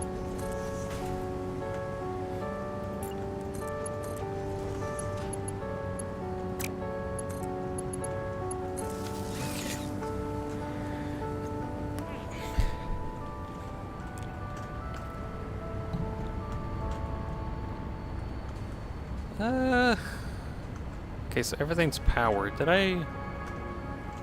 Oh, not everything has the proper blueprint. Recipe. Once I get this done, then I'll get the plastic in there. I got this line, didn't I? Yeah. So each of these take 37. And there are 12 in a row, so 24 times 30, 7.5 is about 900. So I think I just need 2 of these conveyor belts to get it to work. Okay. So I'm gonna send you up top. Send you down that lane.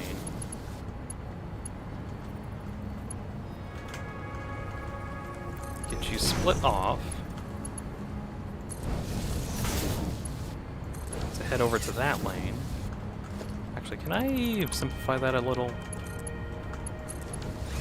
There we go. I only know the song by Dako. I don't know about the game or the book. Maybe it's good that you don't know about the books, because those get convoluted. It's another case of I haven't read them myself, but every time I've heard anything about the books mentioned, they just keep adding really weird stuff to them. Eh, sunset's beautiful. Where's the sun? Here it is. Pretty sun. Hold on. Wait, that wrong button.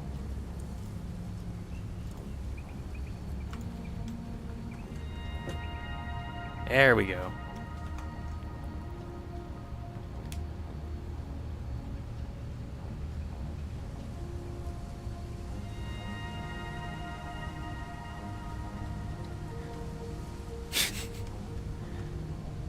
Okay, back.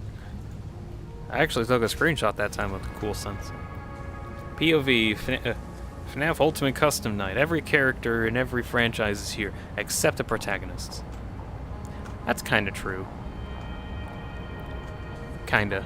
Well, we don't know what the protagonists would be in terms of actual things you can fight against.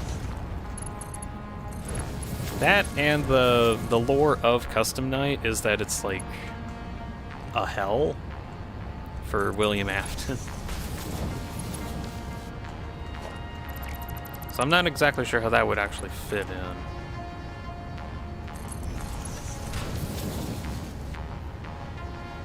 Question mark 20? Gonna calculate. Oh god.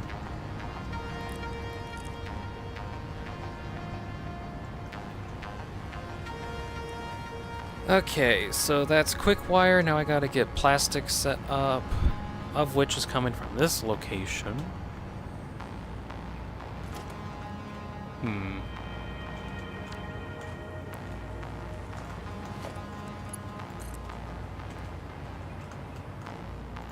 This will definitely not reach.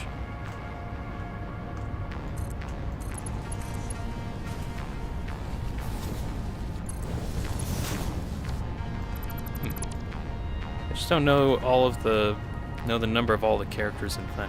There might be something on a wiki somewhere. I don't know where exactly to look for, but there might be something on a wiki. Or I guess you could just like Google it and say, hey, Google, how many characters are in FNAF entirely?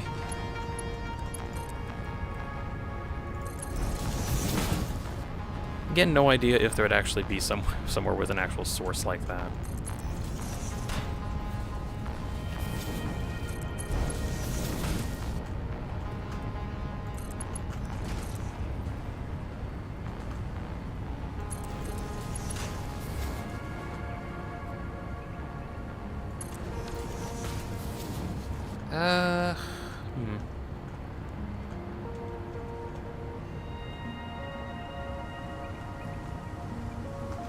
Hey, I can send it over this way. That would probably work.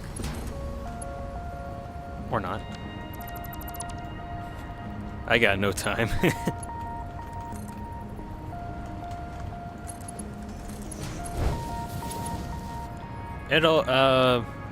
My guess is that'll probably be way over 100 or something.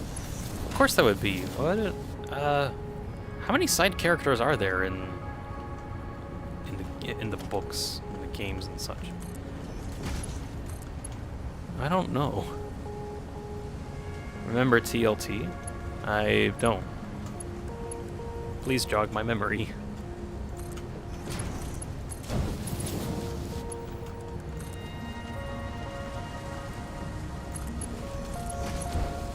Okay, plastic all hooked up. Oh, the living. Okay, okay. I didn't know the abbreviation for Living Tombstone. Yeah. I listened to their songs a couple times. They're really good songs. Okay, so circuit boards are done. I think I'll just send them into this container, probably. Call it a day.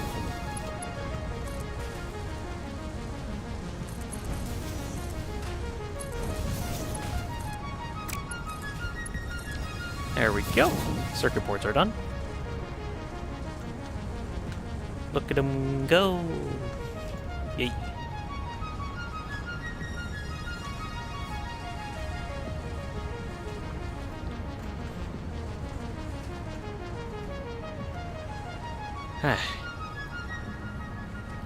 That's one step done. Now to get the manufacturers, which I think I just needed 8. 8 manufacturers for 110. I give up.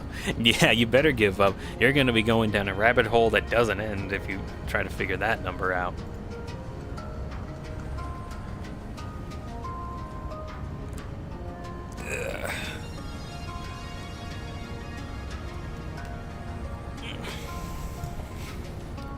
Okay. So, 8 manufacturers. Have one here. I'm trying to think about like which direction that I want them to flow towards. So eventually they're going to link up with crystal oscillators and aluminum casing in order to make radios. Where are the oscillators at? Well, they're actually down here.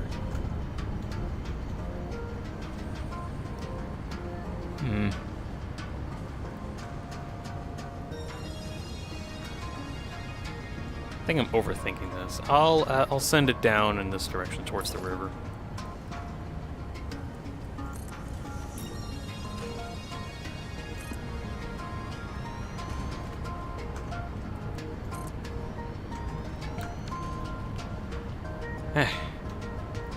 Right.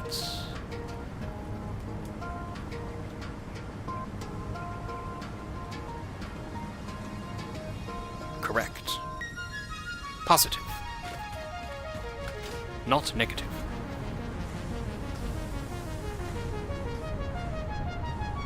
Not left. I'm trying to think of other synonyms. Just times 20.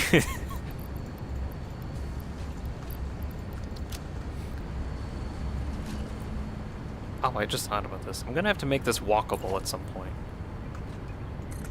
That's gonna be a problem for me 3 weeks from now, my guess.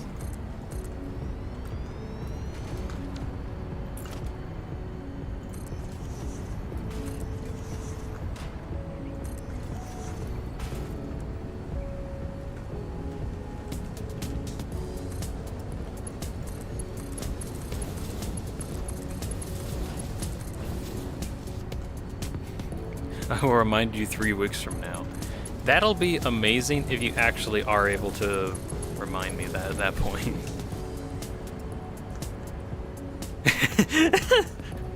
Remember when Scott said yes to Mengel's gender? Yeah.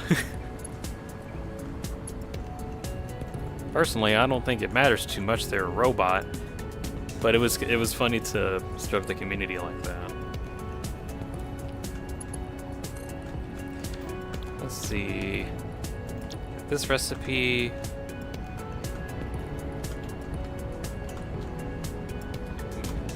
What is Mengel's gender?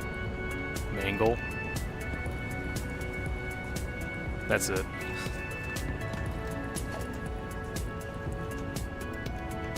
You know, we never through all of the lore that's been going through for Five Nights at Freddy's, we never got confirmation of what is actually possessing Mangle, or if anything is even possessing Mangle at all. We never actually got confirmation for that.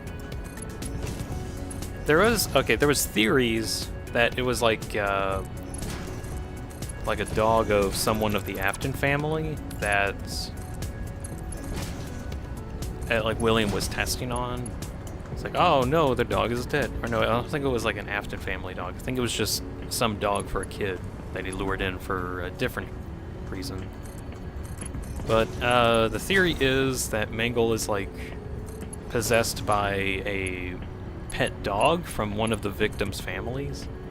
I think is the going theory. No, Mangle just likes to hang around the gang. Oh, okay, that's the lore. No, nothing more. There's nothing to dig into it about it. Nope. Nothing interesting about Mangle. Still, though, that's never been like properly confirmed. Like they're just a thing that exists. Then again, there hasn't been confirmation that the toy animatronics were either possessed or haunted. It was just like their circuitry going haywire. So maybe Mangle was never haunted to begin with. Same with the other ones. They were just acting weird. Who knows?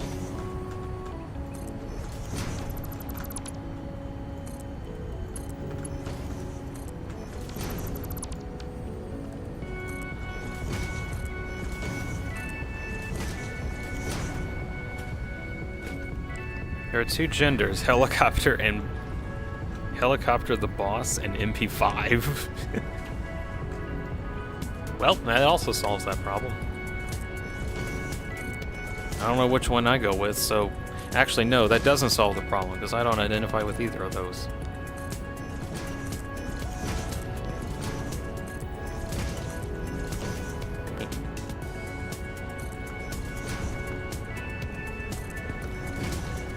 What about croissants?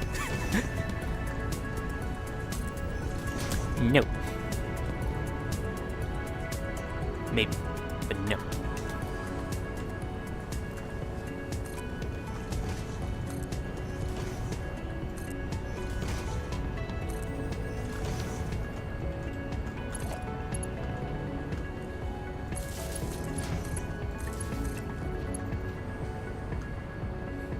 You ate it? Ate the croissants.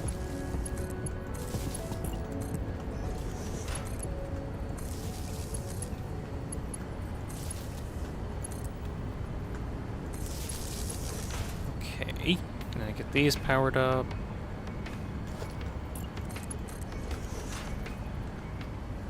Oh, it's in your stomach now. Well, there's only nothing we can do, I guess. My goodness.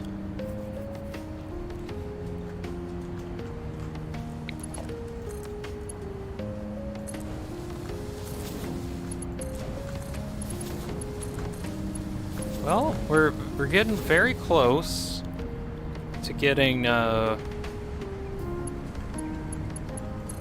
everything done for computers.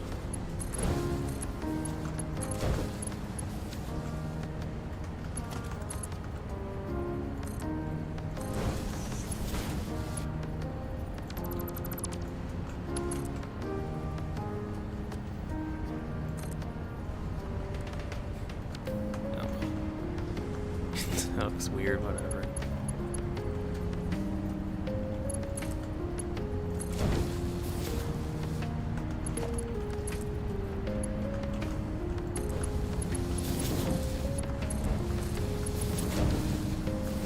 We got the squiggles. Look at the squiggles. Egg. Yo, what about that egg guy from Deltarune? Like the Eggman. But not the Sonic Eggman, the mystery Eggman guy. Who is he? We'll never know. Is it Gaster? Is it not Gaster? We don't know. It could be anyone.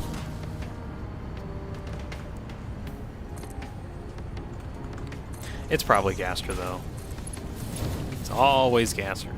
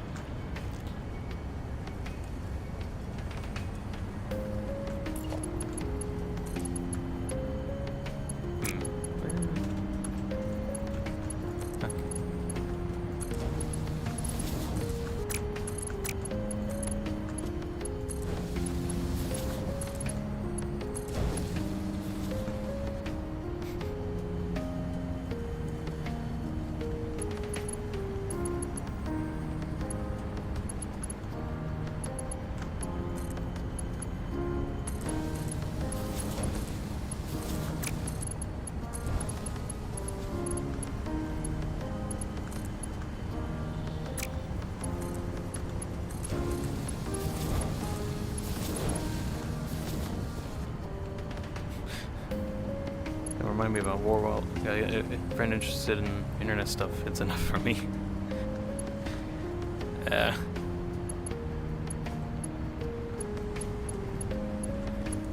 It's enough for me too. That's a lot to get into.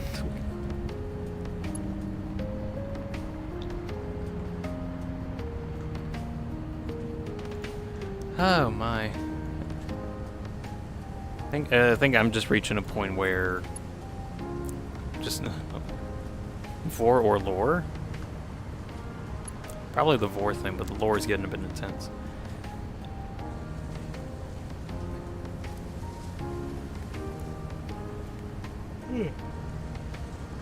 Man, it's only been 2 hours. This is almost done.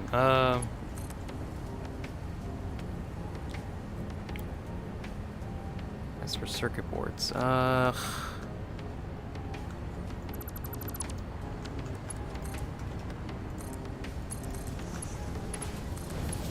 that up, and now to get the rubber connected, then the computer should be automated. Where is the rubber? Over here.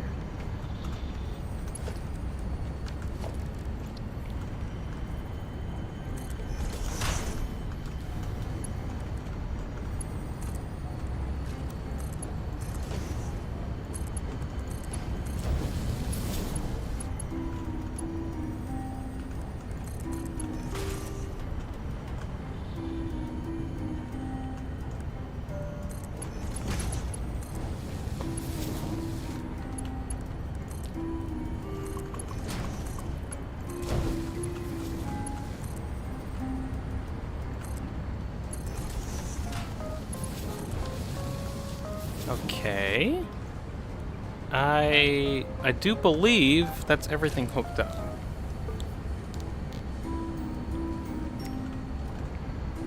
Everything's got circuit boards, rubber, and quick wire, so I think that is computers automated, at least with this method, which is nice. How many am I actually getting? Yeah, I think like if I recall, the numbers were like at 30 a minute, which is good. Ugh. Right. Okay, that is like one fairly important task done.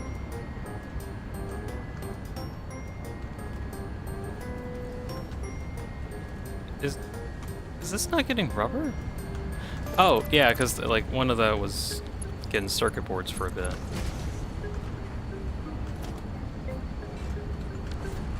Everything else okay? Seems like it's cool.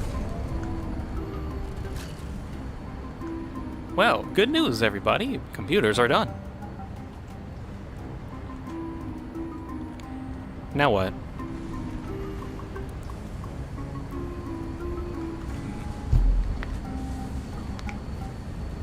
I think I take a little bit of a break. This is quite a bit to work on.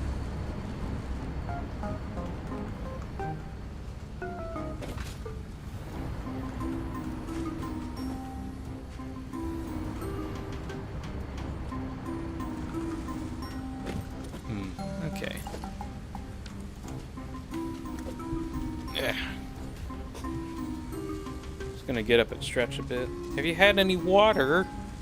Yeah. Every now and again, yeah.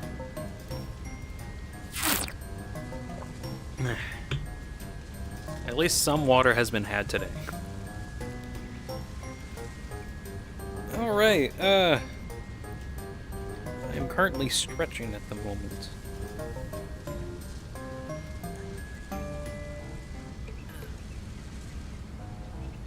Right. So, with computers automated, that also with crystal oscillators automated, that also means I can start getting radios automated, just combining the two. But, let's see. As long as the stuff doesn't hurt anyone, I don't judge. That's kind of like a similar sentiment I have to things that I don't like but other people do. Just, hey, as long as it doesn't, like, hurt anybody, that doesn't matter.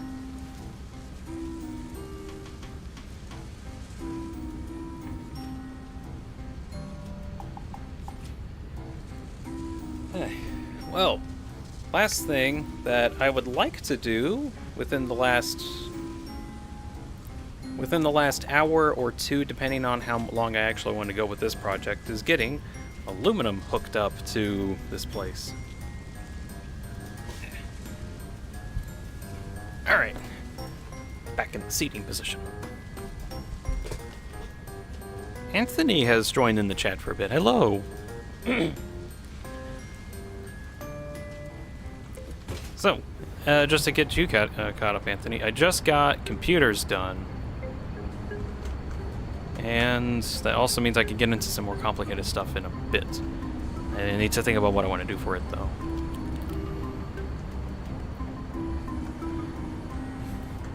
Oh, I did see your message, Anthony. I just haven't responded to it yet. I was busy with math, as you might see.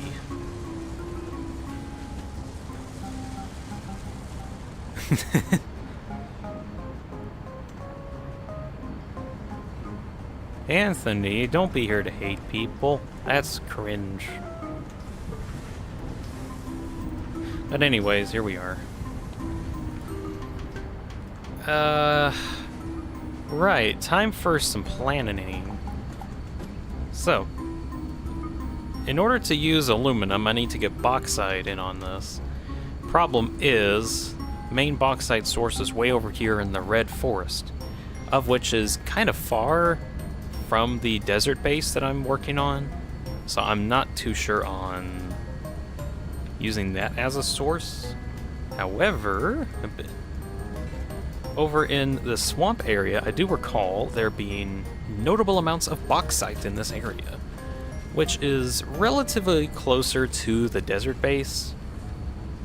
So I'm probably going to go through the effort of getting a train station set up at the very least today, because I don't know if I have enough time to do like the full production cycle to get aluminum automated.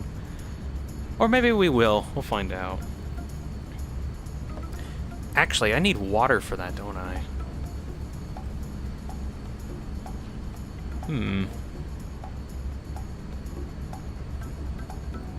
Okay, so in order to use bauxite effectively, I'm going to need water. There may look like there's a lot of water in this area, but it's actually shallow water, and I probably won't be able to harvest it effectively. Other option, I can get it over to this, it's like oceany area, and then use that as the water source for my bauxite production. Or, alternatively, I can Oh, wait. Oh, yeah, they're in pure copper notes. Although there is another... Ooh, I could probably use those coal nodes, actually.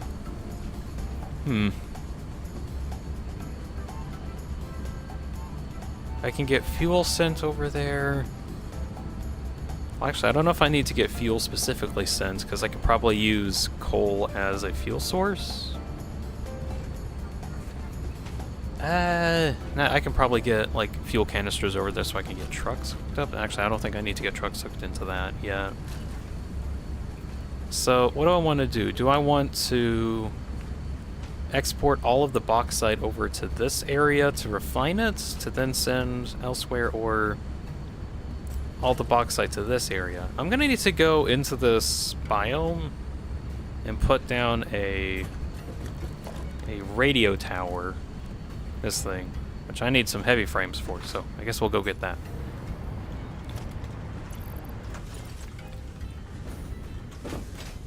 So we'll take the resources, head into the radio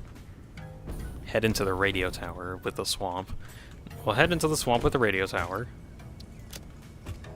I'm gonna have to go back to my base and get some stuff. Hold up.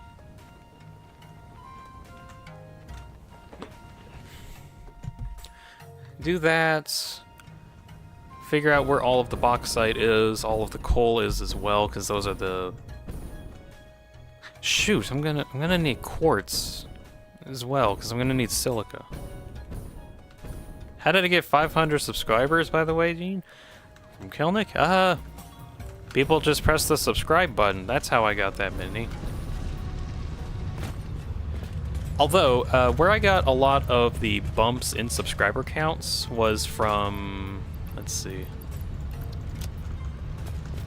There was an old Satisfactory video I did where I got into aluminum production, and I got 5,000 views for some reason. I don't actually know how I got that many views on that video. I mean, it wasn't like the best thing ever, but like, I don't know why so many, like, that video has 5,000. It was a mistake, don't worry. Yeah, sure, 500 people mistakenly pressed the subscribe button. That's their bad. Whatever. Also, I don't, in case you haven't really noticed, I don't really advertise hitting that subscribe button in almost like any of my videos. Accidentally clicking subscribe instead of record. Well, maybe they meant to subscribe. Have you ever thought about that? Maybe it's not just everyone's people. Oh, whatever. Heading over into the spooky swamp. So there was that where there was like a random Satisfactory video that got crazy all of a sudden. But also, I've done a couple interesting animations over time, or I guess technically one animation. Was it? Hold on. I forget what, like, the one video I made when it was most subscribers. There was like a Hawaii Part 2 animation I did on the song Mind Electric. I want to do another animation like that at some point, but I'm just kind of running out of time. I'll probably do that, like, at the end of the year. But that was like the...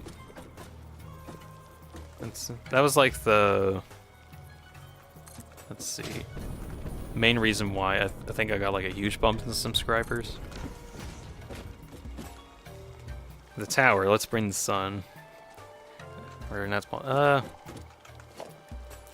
Interestingly, over in my Minecraft world server thing, I actually did make the tower from one shot. Or like, I had it as a notable inspiration when I made it. And I made like a massive tower that went all the way to the build limit. That inside of it has a massive parkour course that requires you to utilize jump boost in order to get around everything. It was a very interesting build that I made, honestly. Let's see.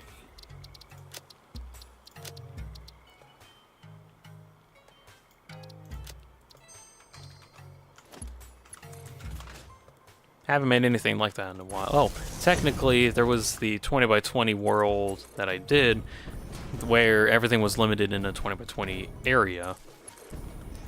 But kind of due to its nature and how it was being made, it was kind of inevitable for it to end up being a tower because of my limited building space. But that was also like something else a lot of people were interested in what I was doing.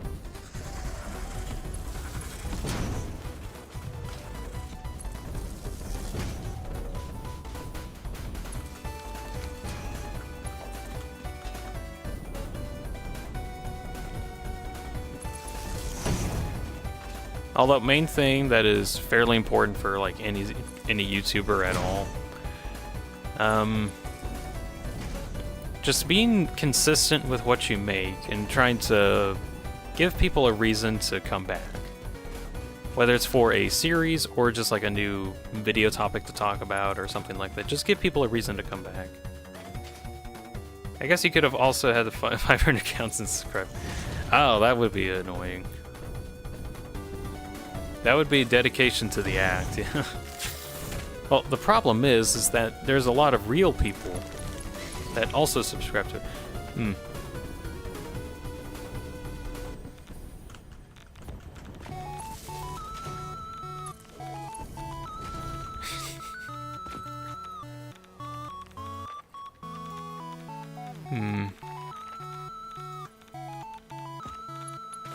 Actually, now I'm kind of curious. Okay, I'm gonna get power hooked up to that radio tower,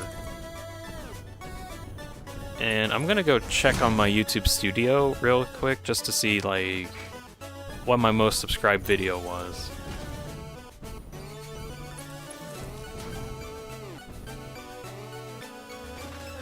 There are like 2 real people. I'm sure you're one of them.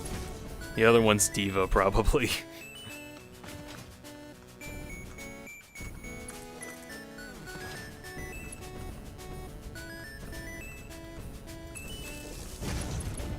Okay, so that radio is hooked up now? Yes, and I can actually see things. Mind Electric. Yeah, it's definitely the Mind Electric animation. I know that one had, like, hundreds of subscribers from that. Oh, I just realized something fairly important that might actually be a problem later on when I do this. There's no coal. That is an issue. There's, like, literally no coal here. Right, so that pretty much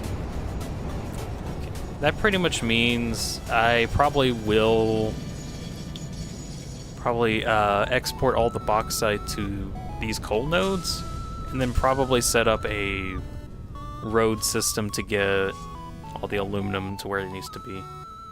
How about a mind goblin instead? What's a mind goblin? My goblin is nuts. Okay,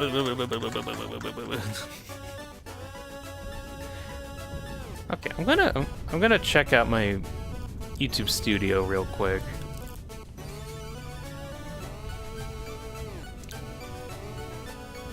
YouTube Studio, you have your analytics that are perfect in every way. When did I get the most subscribers?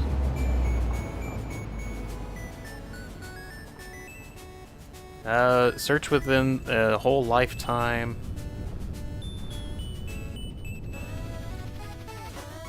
Let's see. It was definitely Mind Electric with over 167 people subscribing specifically for that. And then second place was the Peaky and Dreams video with 46, and then it goes down from there. Still, that's a lot of people.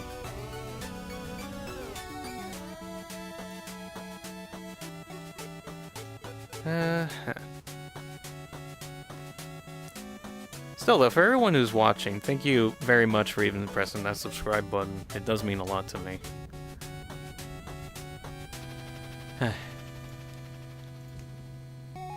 Gotta get to 1,000 somehow, some way.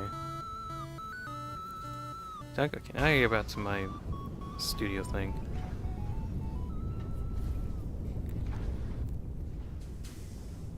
Is YouTube Studio in the USA different from the Russian one? No idea.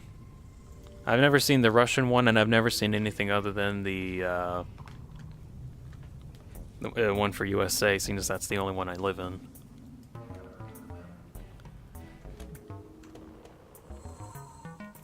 It's in Russia, duh. That's a fair point.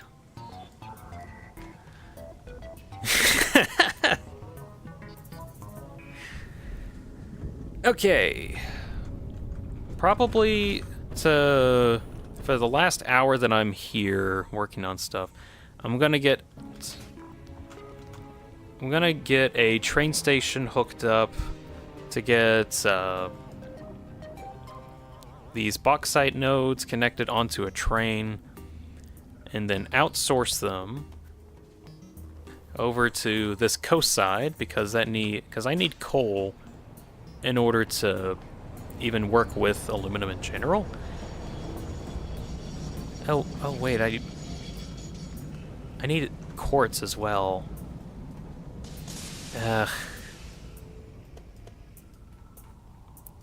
Let's see, there are these two nodes that are up top. I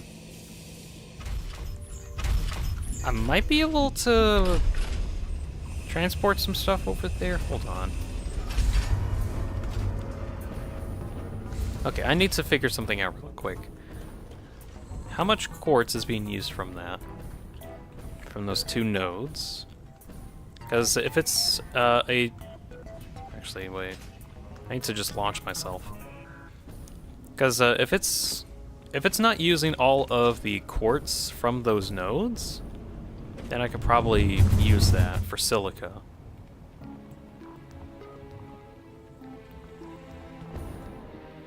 We are all lazy.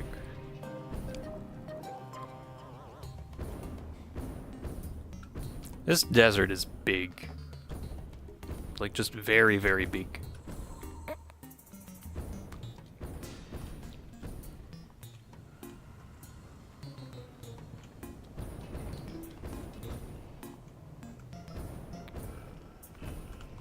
Alright, are you...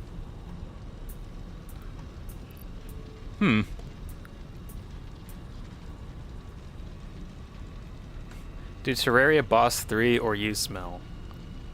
I mean, we got noses, right? Anyways, hey, look at... hold on, can I, like, zoom in on that better? Not really, it's a little difficult. I don't know what that number is, the transfer rate. I think that's like in the billions? That's in the quadrillions. Right? No, that's in the billions. What?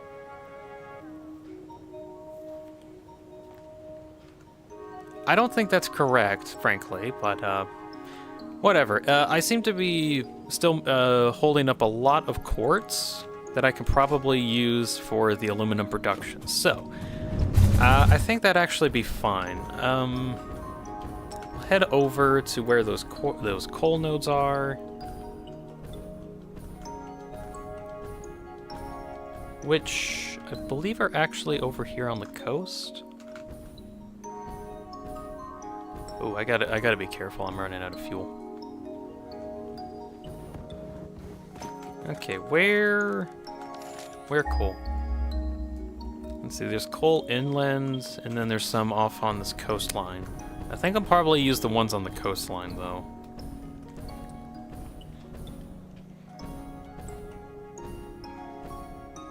Yeah, there's some. And then there's plenty of water that I can use for the process as well. Okay, cool. I now know what I need to do.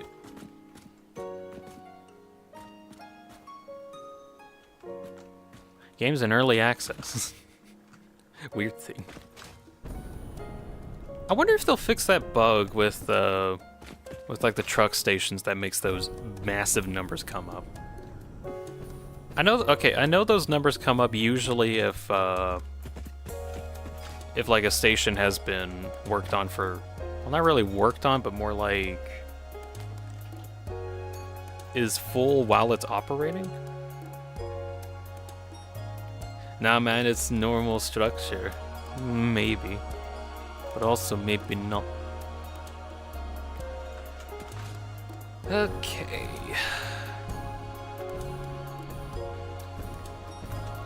I'm gonna do a quick check really quick. Aluminum ingots. So I don't have anything else for those at the moment. 2,189,537,556 items per minute. Oh, thank you, Kelnick. This guy doesn't know geology. Oh, you're right. I'm not a geologist. I'm a satisfactory engineer. Like that amounts to anything. Okay, so I don't really have any other processes in terms of using some of these. Yeah, I'm kind of stuck with... Okay, alumina solution actually has some alternatives. A couple alternatives. There's...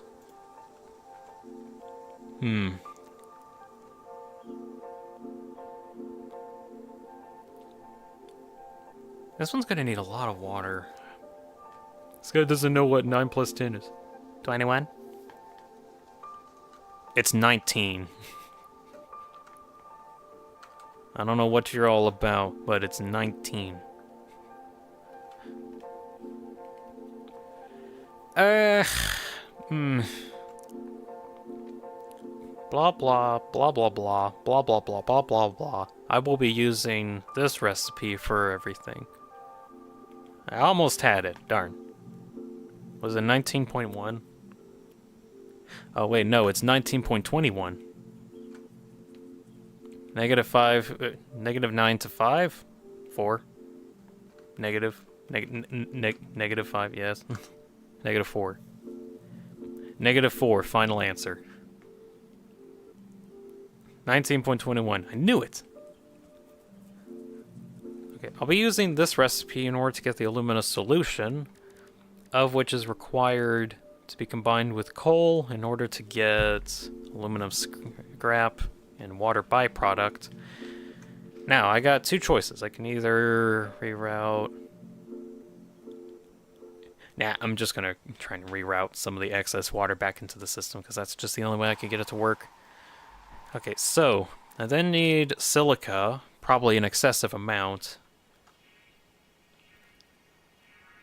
Oh, geez, am I gonna... Uh-oh. Oh, no. I just thought about, like, using some complex blueprint modules in order to get the most efficient aluminum processing possible. Oh, no.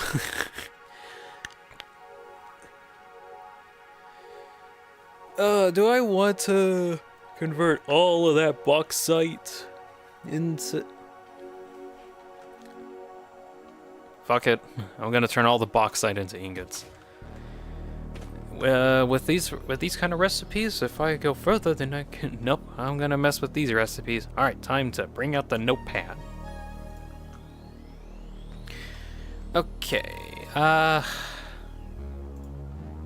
actually, you know what? I'm gonna go back into my base first to at least be surrounded by machinery.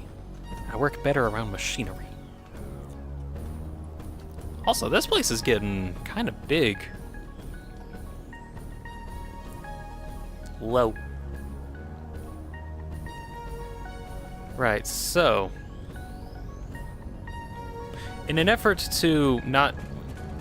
Okay, I don't exactly want to waste time, but it's more like spending a large amount of time on things that I probably shouldn't, but whatever. Next stream is definitely going to be me getting aluminum set up. Specifically aluminum. Because, hey, do you remember when I was making the fuel refinery stuff? Or, like, my fuel generator setup? Yeah, I'm gonna do that again, but for aluminum.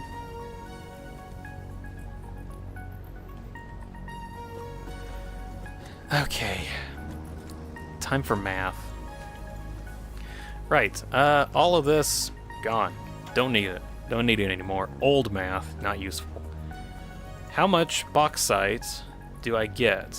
That is the question. So if I'm gonna go off of this is all that I can get here. So that's one normal impure. Wait, shoot, is... hold on a second. I need to check, like, the rates on bauxite. Because I think it's, like, half of what I would think of it, but I need to double check. Actually, no, I think it's normal. Or like normal rates. I think, okay, I know uranium is weird, but I need to double check bauxite.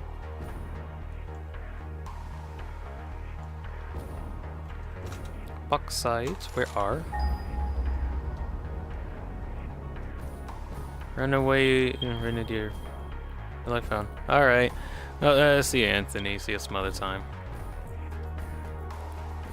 I am gonna be mathing for the rest of the stream. There's bauxite. Right. So that's a pure node. I don't have stuff. Okay. Just one moment. I need to make sure I know my math before I like get that wrong.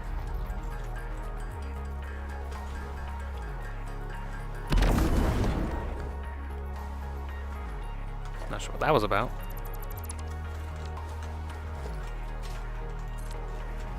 Okay, Mr. Refinery of Purity. How much do you make? 240 per minute. Of which, okay, so that's the correct amount. That's everything's working. Okay. So what do we got? I need to pull up my map.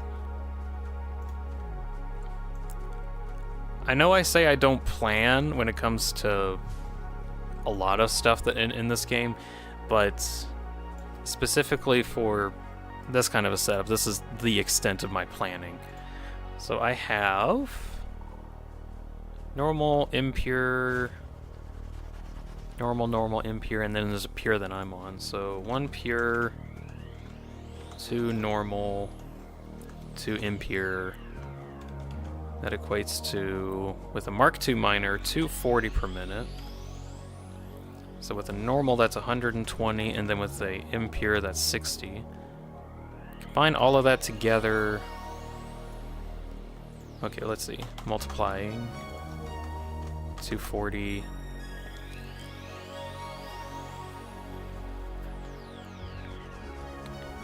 That is about 300? No, 600. 600 bauxite per minute. And then multiply all of that by 2.5, because that's when I'm going to overclock everything. So 600 by 2.5, and that's 1,500 bauxite per minute. Cool. So that's what I got to go. This is the bauxite that I have to work with. Great. Now for multiplication. It's just a number. Yeah, it is a number. Wait, hold on. I didn't even notice that YouTube hates the number 911. Yeah, I'm not sure why that is. Whatever. Okay, I need to focus on mathing. Hold on. So first is alumina solution. That's the first in the chain. I'm gonna be using all recipe 2. Alu salu. Yep, that's the abbreviation. That's what I'm gonna be using. So 200 bauxite per minute is gonna be used for. It's just an average name. Completely average. Nothing attached to it. Abbreviations, my man.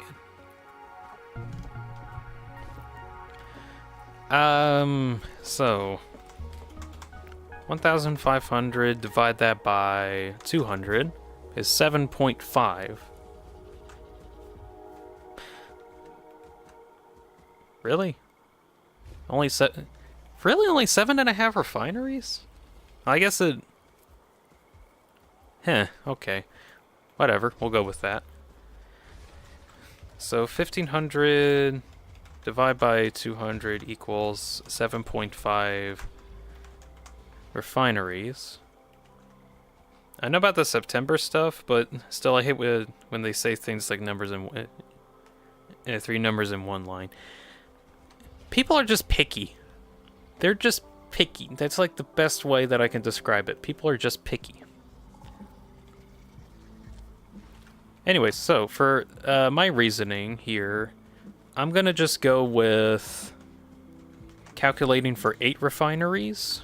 I'm gonna do that.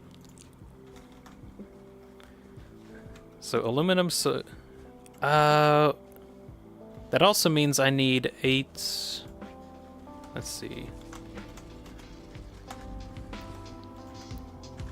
Bauxite ore. I'm also gonna need probably 16,000 water as well. Because it's like an equivalent exchange thing.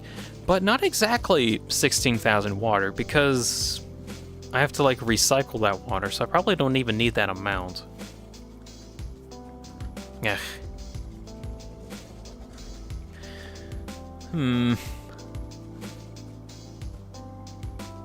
Okay, I'll have to calculate some stuff. So alumina solution with this recipe makes 2,400 solution. So that amount. I'll multiply that by 8. It should be 7.5, but for my calculations, I'm gonna assume I'm using 8. So multiply that by 8 is 1920 equals 1920. Salut. And okay, next step is converting it into scrap, which requires aluminum solution and coal. Oh, would you look at that? The alumina solution requires 240 a minute to work normally. So that's actually just a normal conversion. That's great. So for, let's see. So divide that again, and we get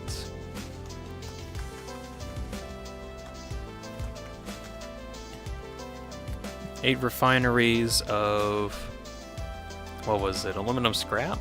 I'm just gonna call it scrap.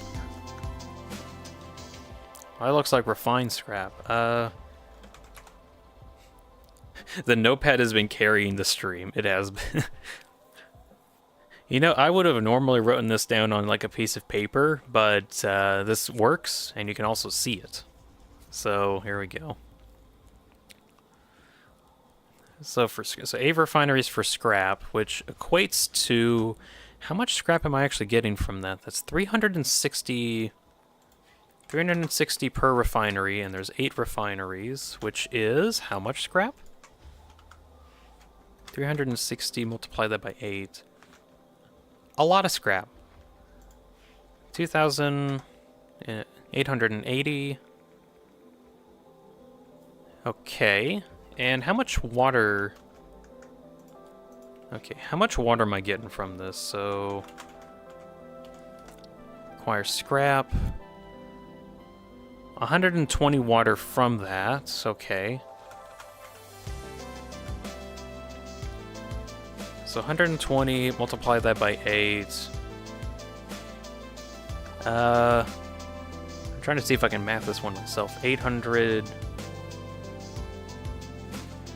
960? Is that 960? 960, I actually got that right, yay. 960. I think I should have gone to sleep an hour before since I'm a student now. Really don't want to make it worse. Well, don't let me keep you here, or unless you want to learn about very boring, satisfactory math. You should just go to sleep, really. I do appreciate that you spend the time to actually like watch some of my streams, but like you really need sleep. Okay, so get that back as water, which also means that this could be a source of water because I'm like recycling. Let's say that this gives me back about 1,000 water. So I probably only realistically need. Do I actually need...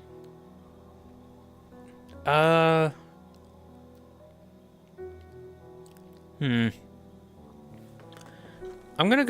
actually going to try for, let's see. So 960 from recycled water. So I think I'm just gonna plan for trying to get 800 from extractors. I'll become Sam. Which Sam? Who's Sam? Yeah. Okay. Okay. So I need 800 water from extractors. Alright, so I got my scrap amount. Now to go for my aluminum ingot amount. And I think I'm just going to focus on trying to make aluminum ingots first from this aluminum factory, and then I can actually take the ingots from here and outsource them somewhere else. That's my plan. So I need... For alu ingots, I need 60 aluminum scrap, or 90 aluminum scrap.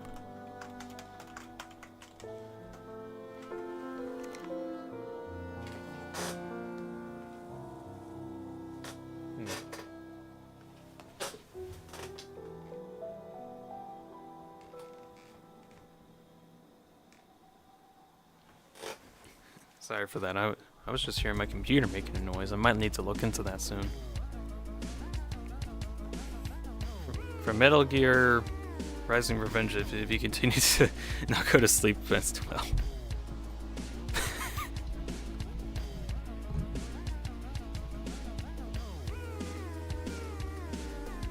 What is... I think my computer needs a break. It's starting to buzz a little. Uh-oh. It's been having some odd issues with its liquid coolant for the CPU. Sometimes it buzzes. Apparently I looked this up and there's like an issue with some liquid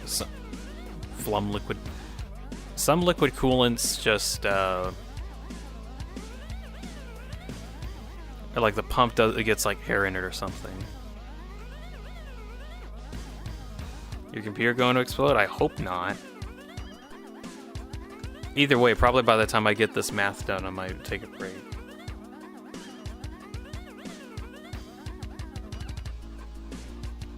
That is kind of worrying me a bit. But I think it should be okay for now.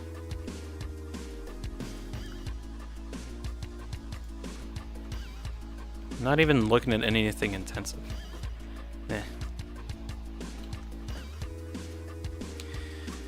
Where was I? Aluminum ingot, and I need... How much silica? 75. Okay. 75 silica per thing. So, since I have 2,880 scrap. Music sounds like a malfunctioning rotor. That might be how they did that for Pizza Tower. Not in a bad way, just a funny way. Okay, so 2,880 and divide that by 90 scrap and I'll get my alu ingot amount.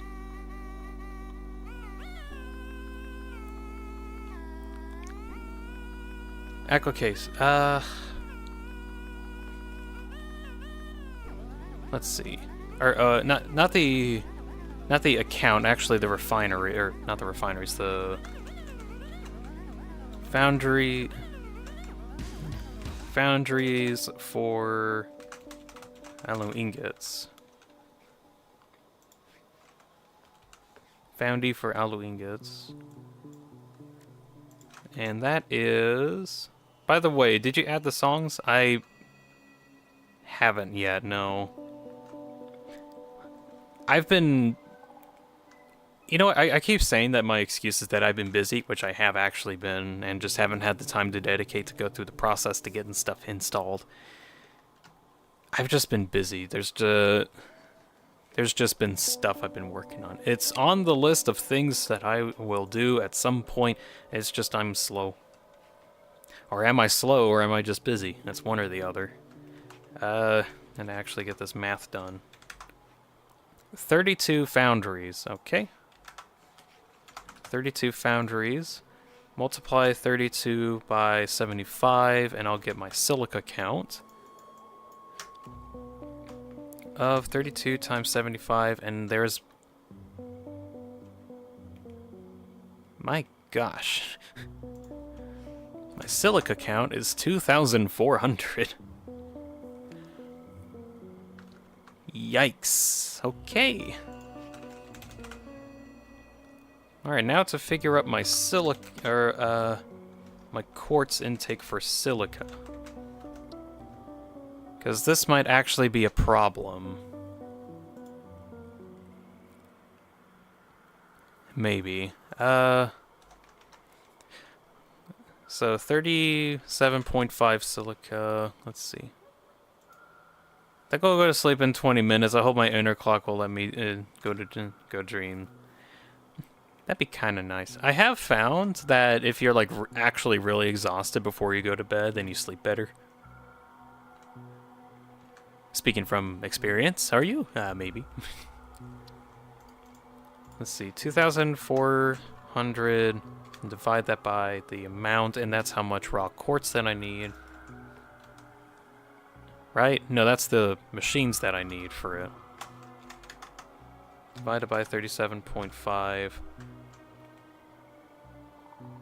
I need 64 constructors worth.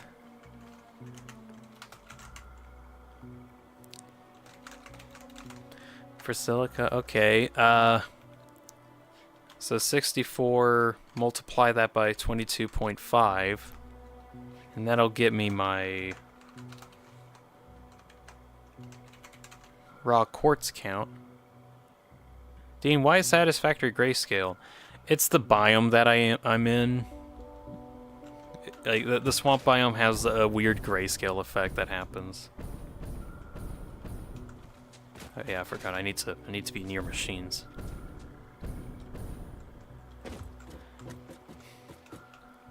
It usually goes this weird grayscale when it gets dark, to my knowledge. Okay, so 64 multiply by 22.5. I need 1,440 raw quartz. Great, that's actually more quartz than I have in supply at the moment. Great. But hey, we got the math now in order to get all the stuff that I need for the aluminum production. Oh boy, this is exciting. So with 1,500 bauxite ore and 1,600 water, 1,000 which is going to come from recycled, but probably 800 from extractors. Then we get about 8 refineries to make aluminum solution using the second alt recipe. We take all the aluminum solution into refineries in order to get a metric fuck ton of scrap. And then we take the recycled water back into the system, or something of the equivalent. And then we get to the aluminum ingot recipe, which requires 2,400 silica and 32 foundries. Oh boy, this is going to be exciting. Also, what are you going to do for 500 subscribers? Celebrate it. That's kind of what I did. I just kind of celebrated that I even got to that point. I don't really have anything planned at the moment for, like, subscriber milestones at the moment. The most I can do right now is just say that I made it. That, and again, I just don't exactly have the time to work on something specifically for 500 subs. Main thing that I can do though is stream more, or just be more attentive on the but on YouTube in general.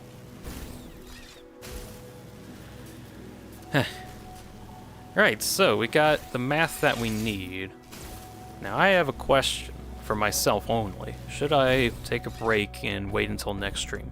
Probably, because I don't think I can get what I want to do done in an hour. I mean, I can start some stuff, but I don't know for certain. So I think I'm gonna probably end the stream for now. It's already getting to the 3-hour mark anyway.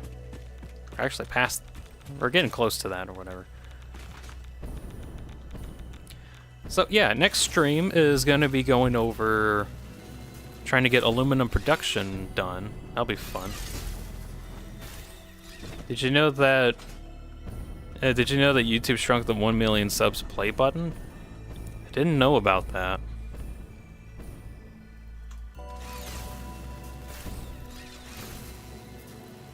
I do know it's more or less a way for like people to get rewarded for getting to 1 million subs, which is kind of interesting.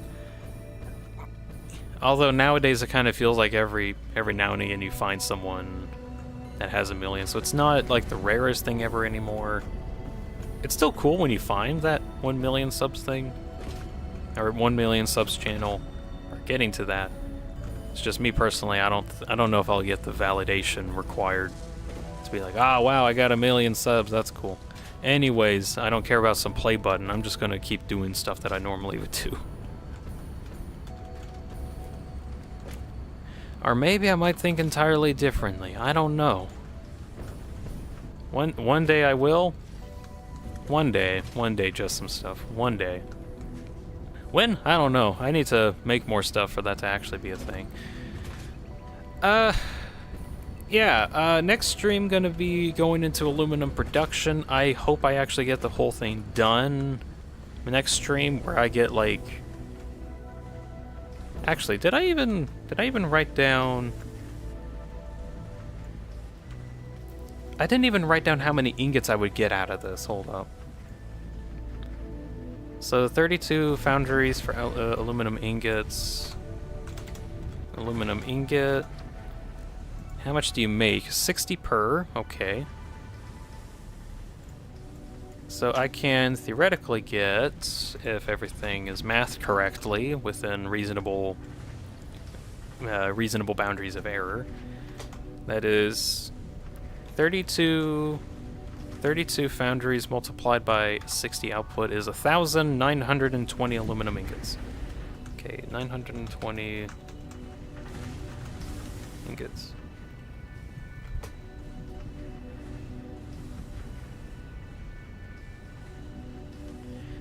Ooh. Kelnick, Dean, I got a serious question. What if someday you found that you're not able to get happy from things that you want to do? You feel empathy, and only dopamine makes you feel things. So, my view on that question is what happens when nothing makes me happy anymore? That's a good question. Let's see. I feel like I've gone through that a couple times over the past couple years. As in, like, there have been actual times, even like this year, just like the beginning of this month, or this year, kind of, where I went through a period like that. The one thing that got me through was trying to give myself, like, a meaning, I guess. Because that's, like, the one thing that I could probably do. And the meaning that I came up with was to make stories. However way that is. Yeah. Music doesn't fit with the situation, but oh well. So, at least for me, I guess, solving my existential dread that does actually come up kind of often is I just try to make stories, and I try to work towards being able to make stories for other people. YouTube is a way for me to share stories that I make. So at least for me, I feel satisfied sharing stories, like I am right now. There's like some cinematic stuff that I want to make at some point, like actual films or movies that goes over some topics like that. Where, okay, I don't know when I'll actually be able to get this, but one idea I had was a movie that I'm just dubbing Cabin in the Woods at the moment, where it was based off of a epitome that I had in real life, where, let's see. I was kind of in a really depressing state for like a good chunk of time, of which I'll probably go in detail another point in the future. But some reason I was like, that's it. I need to figure out how to get out of this depressive state. I've got an idea. I'm gonna just stay in like this forest for a while. And I kept looping around in the forest. I kept taking paths throughout the forest till I just figured out a meaning for myself through philosophy alone. And only once I found an answer could I leave. Now, the weird thing is that every time that I thought of a solution to that, it was never satisfying enough. So so in a roundabout logic, I couldn't leave. But I just decided to leave anyway, and then I just left trying to find that answer, because I knew I couldn't find that answer anyway. The one thing that got me enough out of there was to make stories. And I want to make a movie off of that, or like a little film based off of that idea. Not sure when I'll get to that. Just, you know, I'm in the situation, I can't get happiness from what I can do. I can get it only from light happiness, like hormone of dopamine.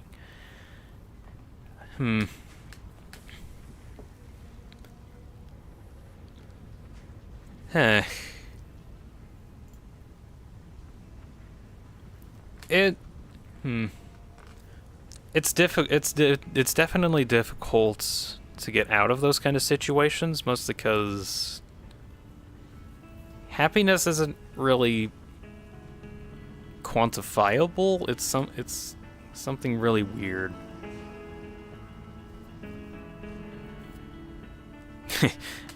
I guess it kind of goes back to the what's the point of anything question.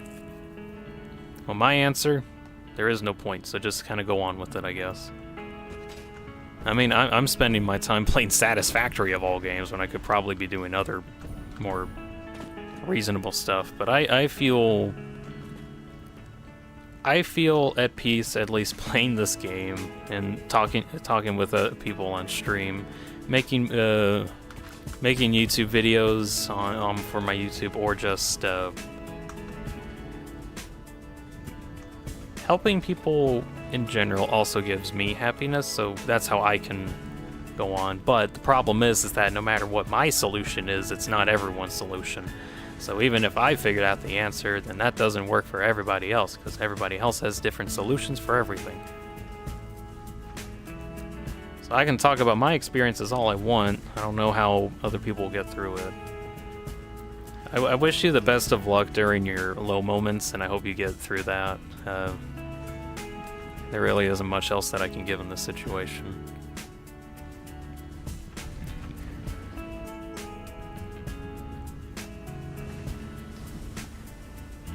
When you draw, you don't feel anything except for sadness when you get bad results.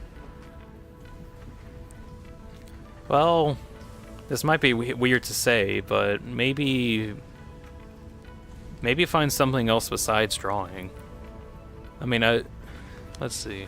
I really hate bringing back my experiences, but I did drawing for like a good chunk of time when I was in high school, and then at some point I just stopped drawing, and I never got that good at drawing again. I remember, kind of like I'll show you like one picture at least, or a couple pictures. Like I did some pretty good drawing. I haven't been able to sit down and draw stuff like that in literal years.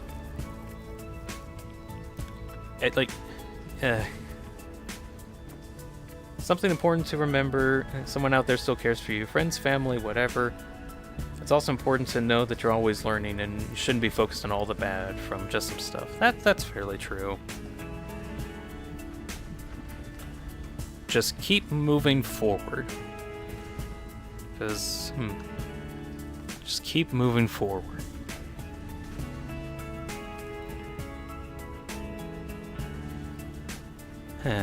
Well, okay, what I was trying to say was, like,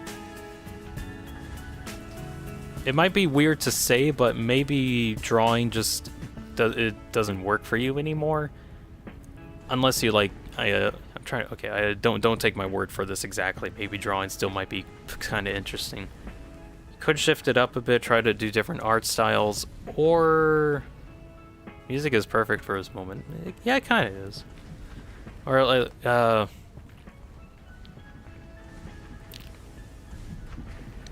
finding different ways to make things that you like instead of just one specific way.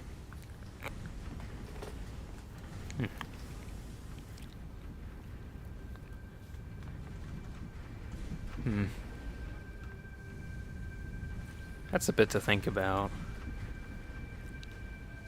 Well, I hope that conversation at least helped you some amount, Kelnick.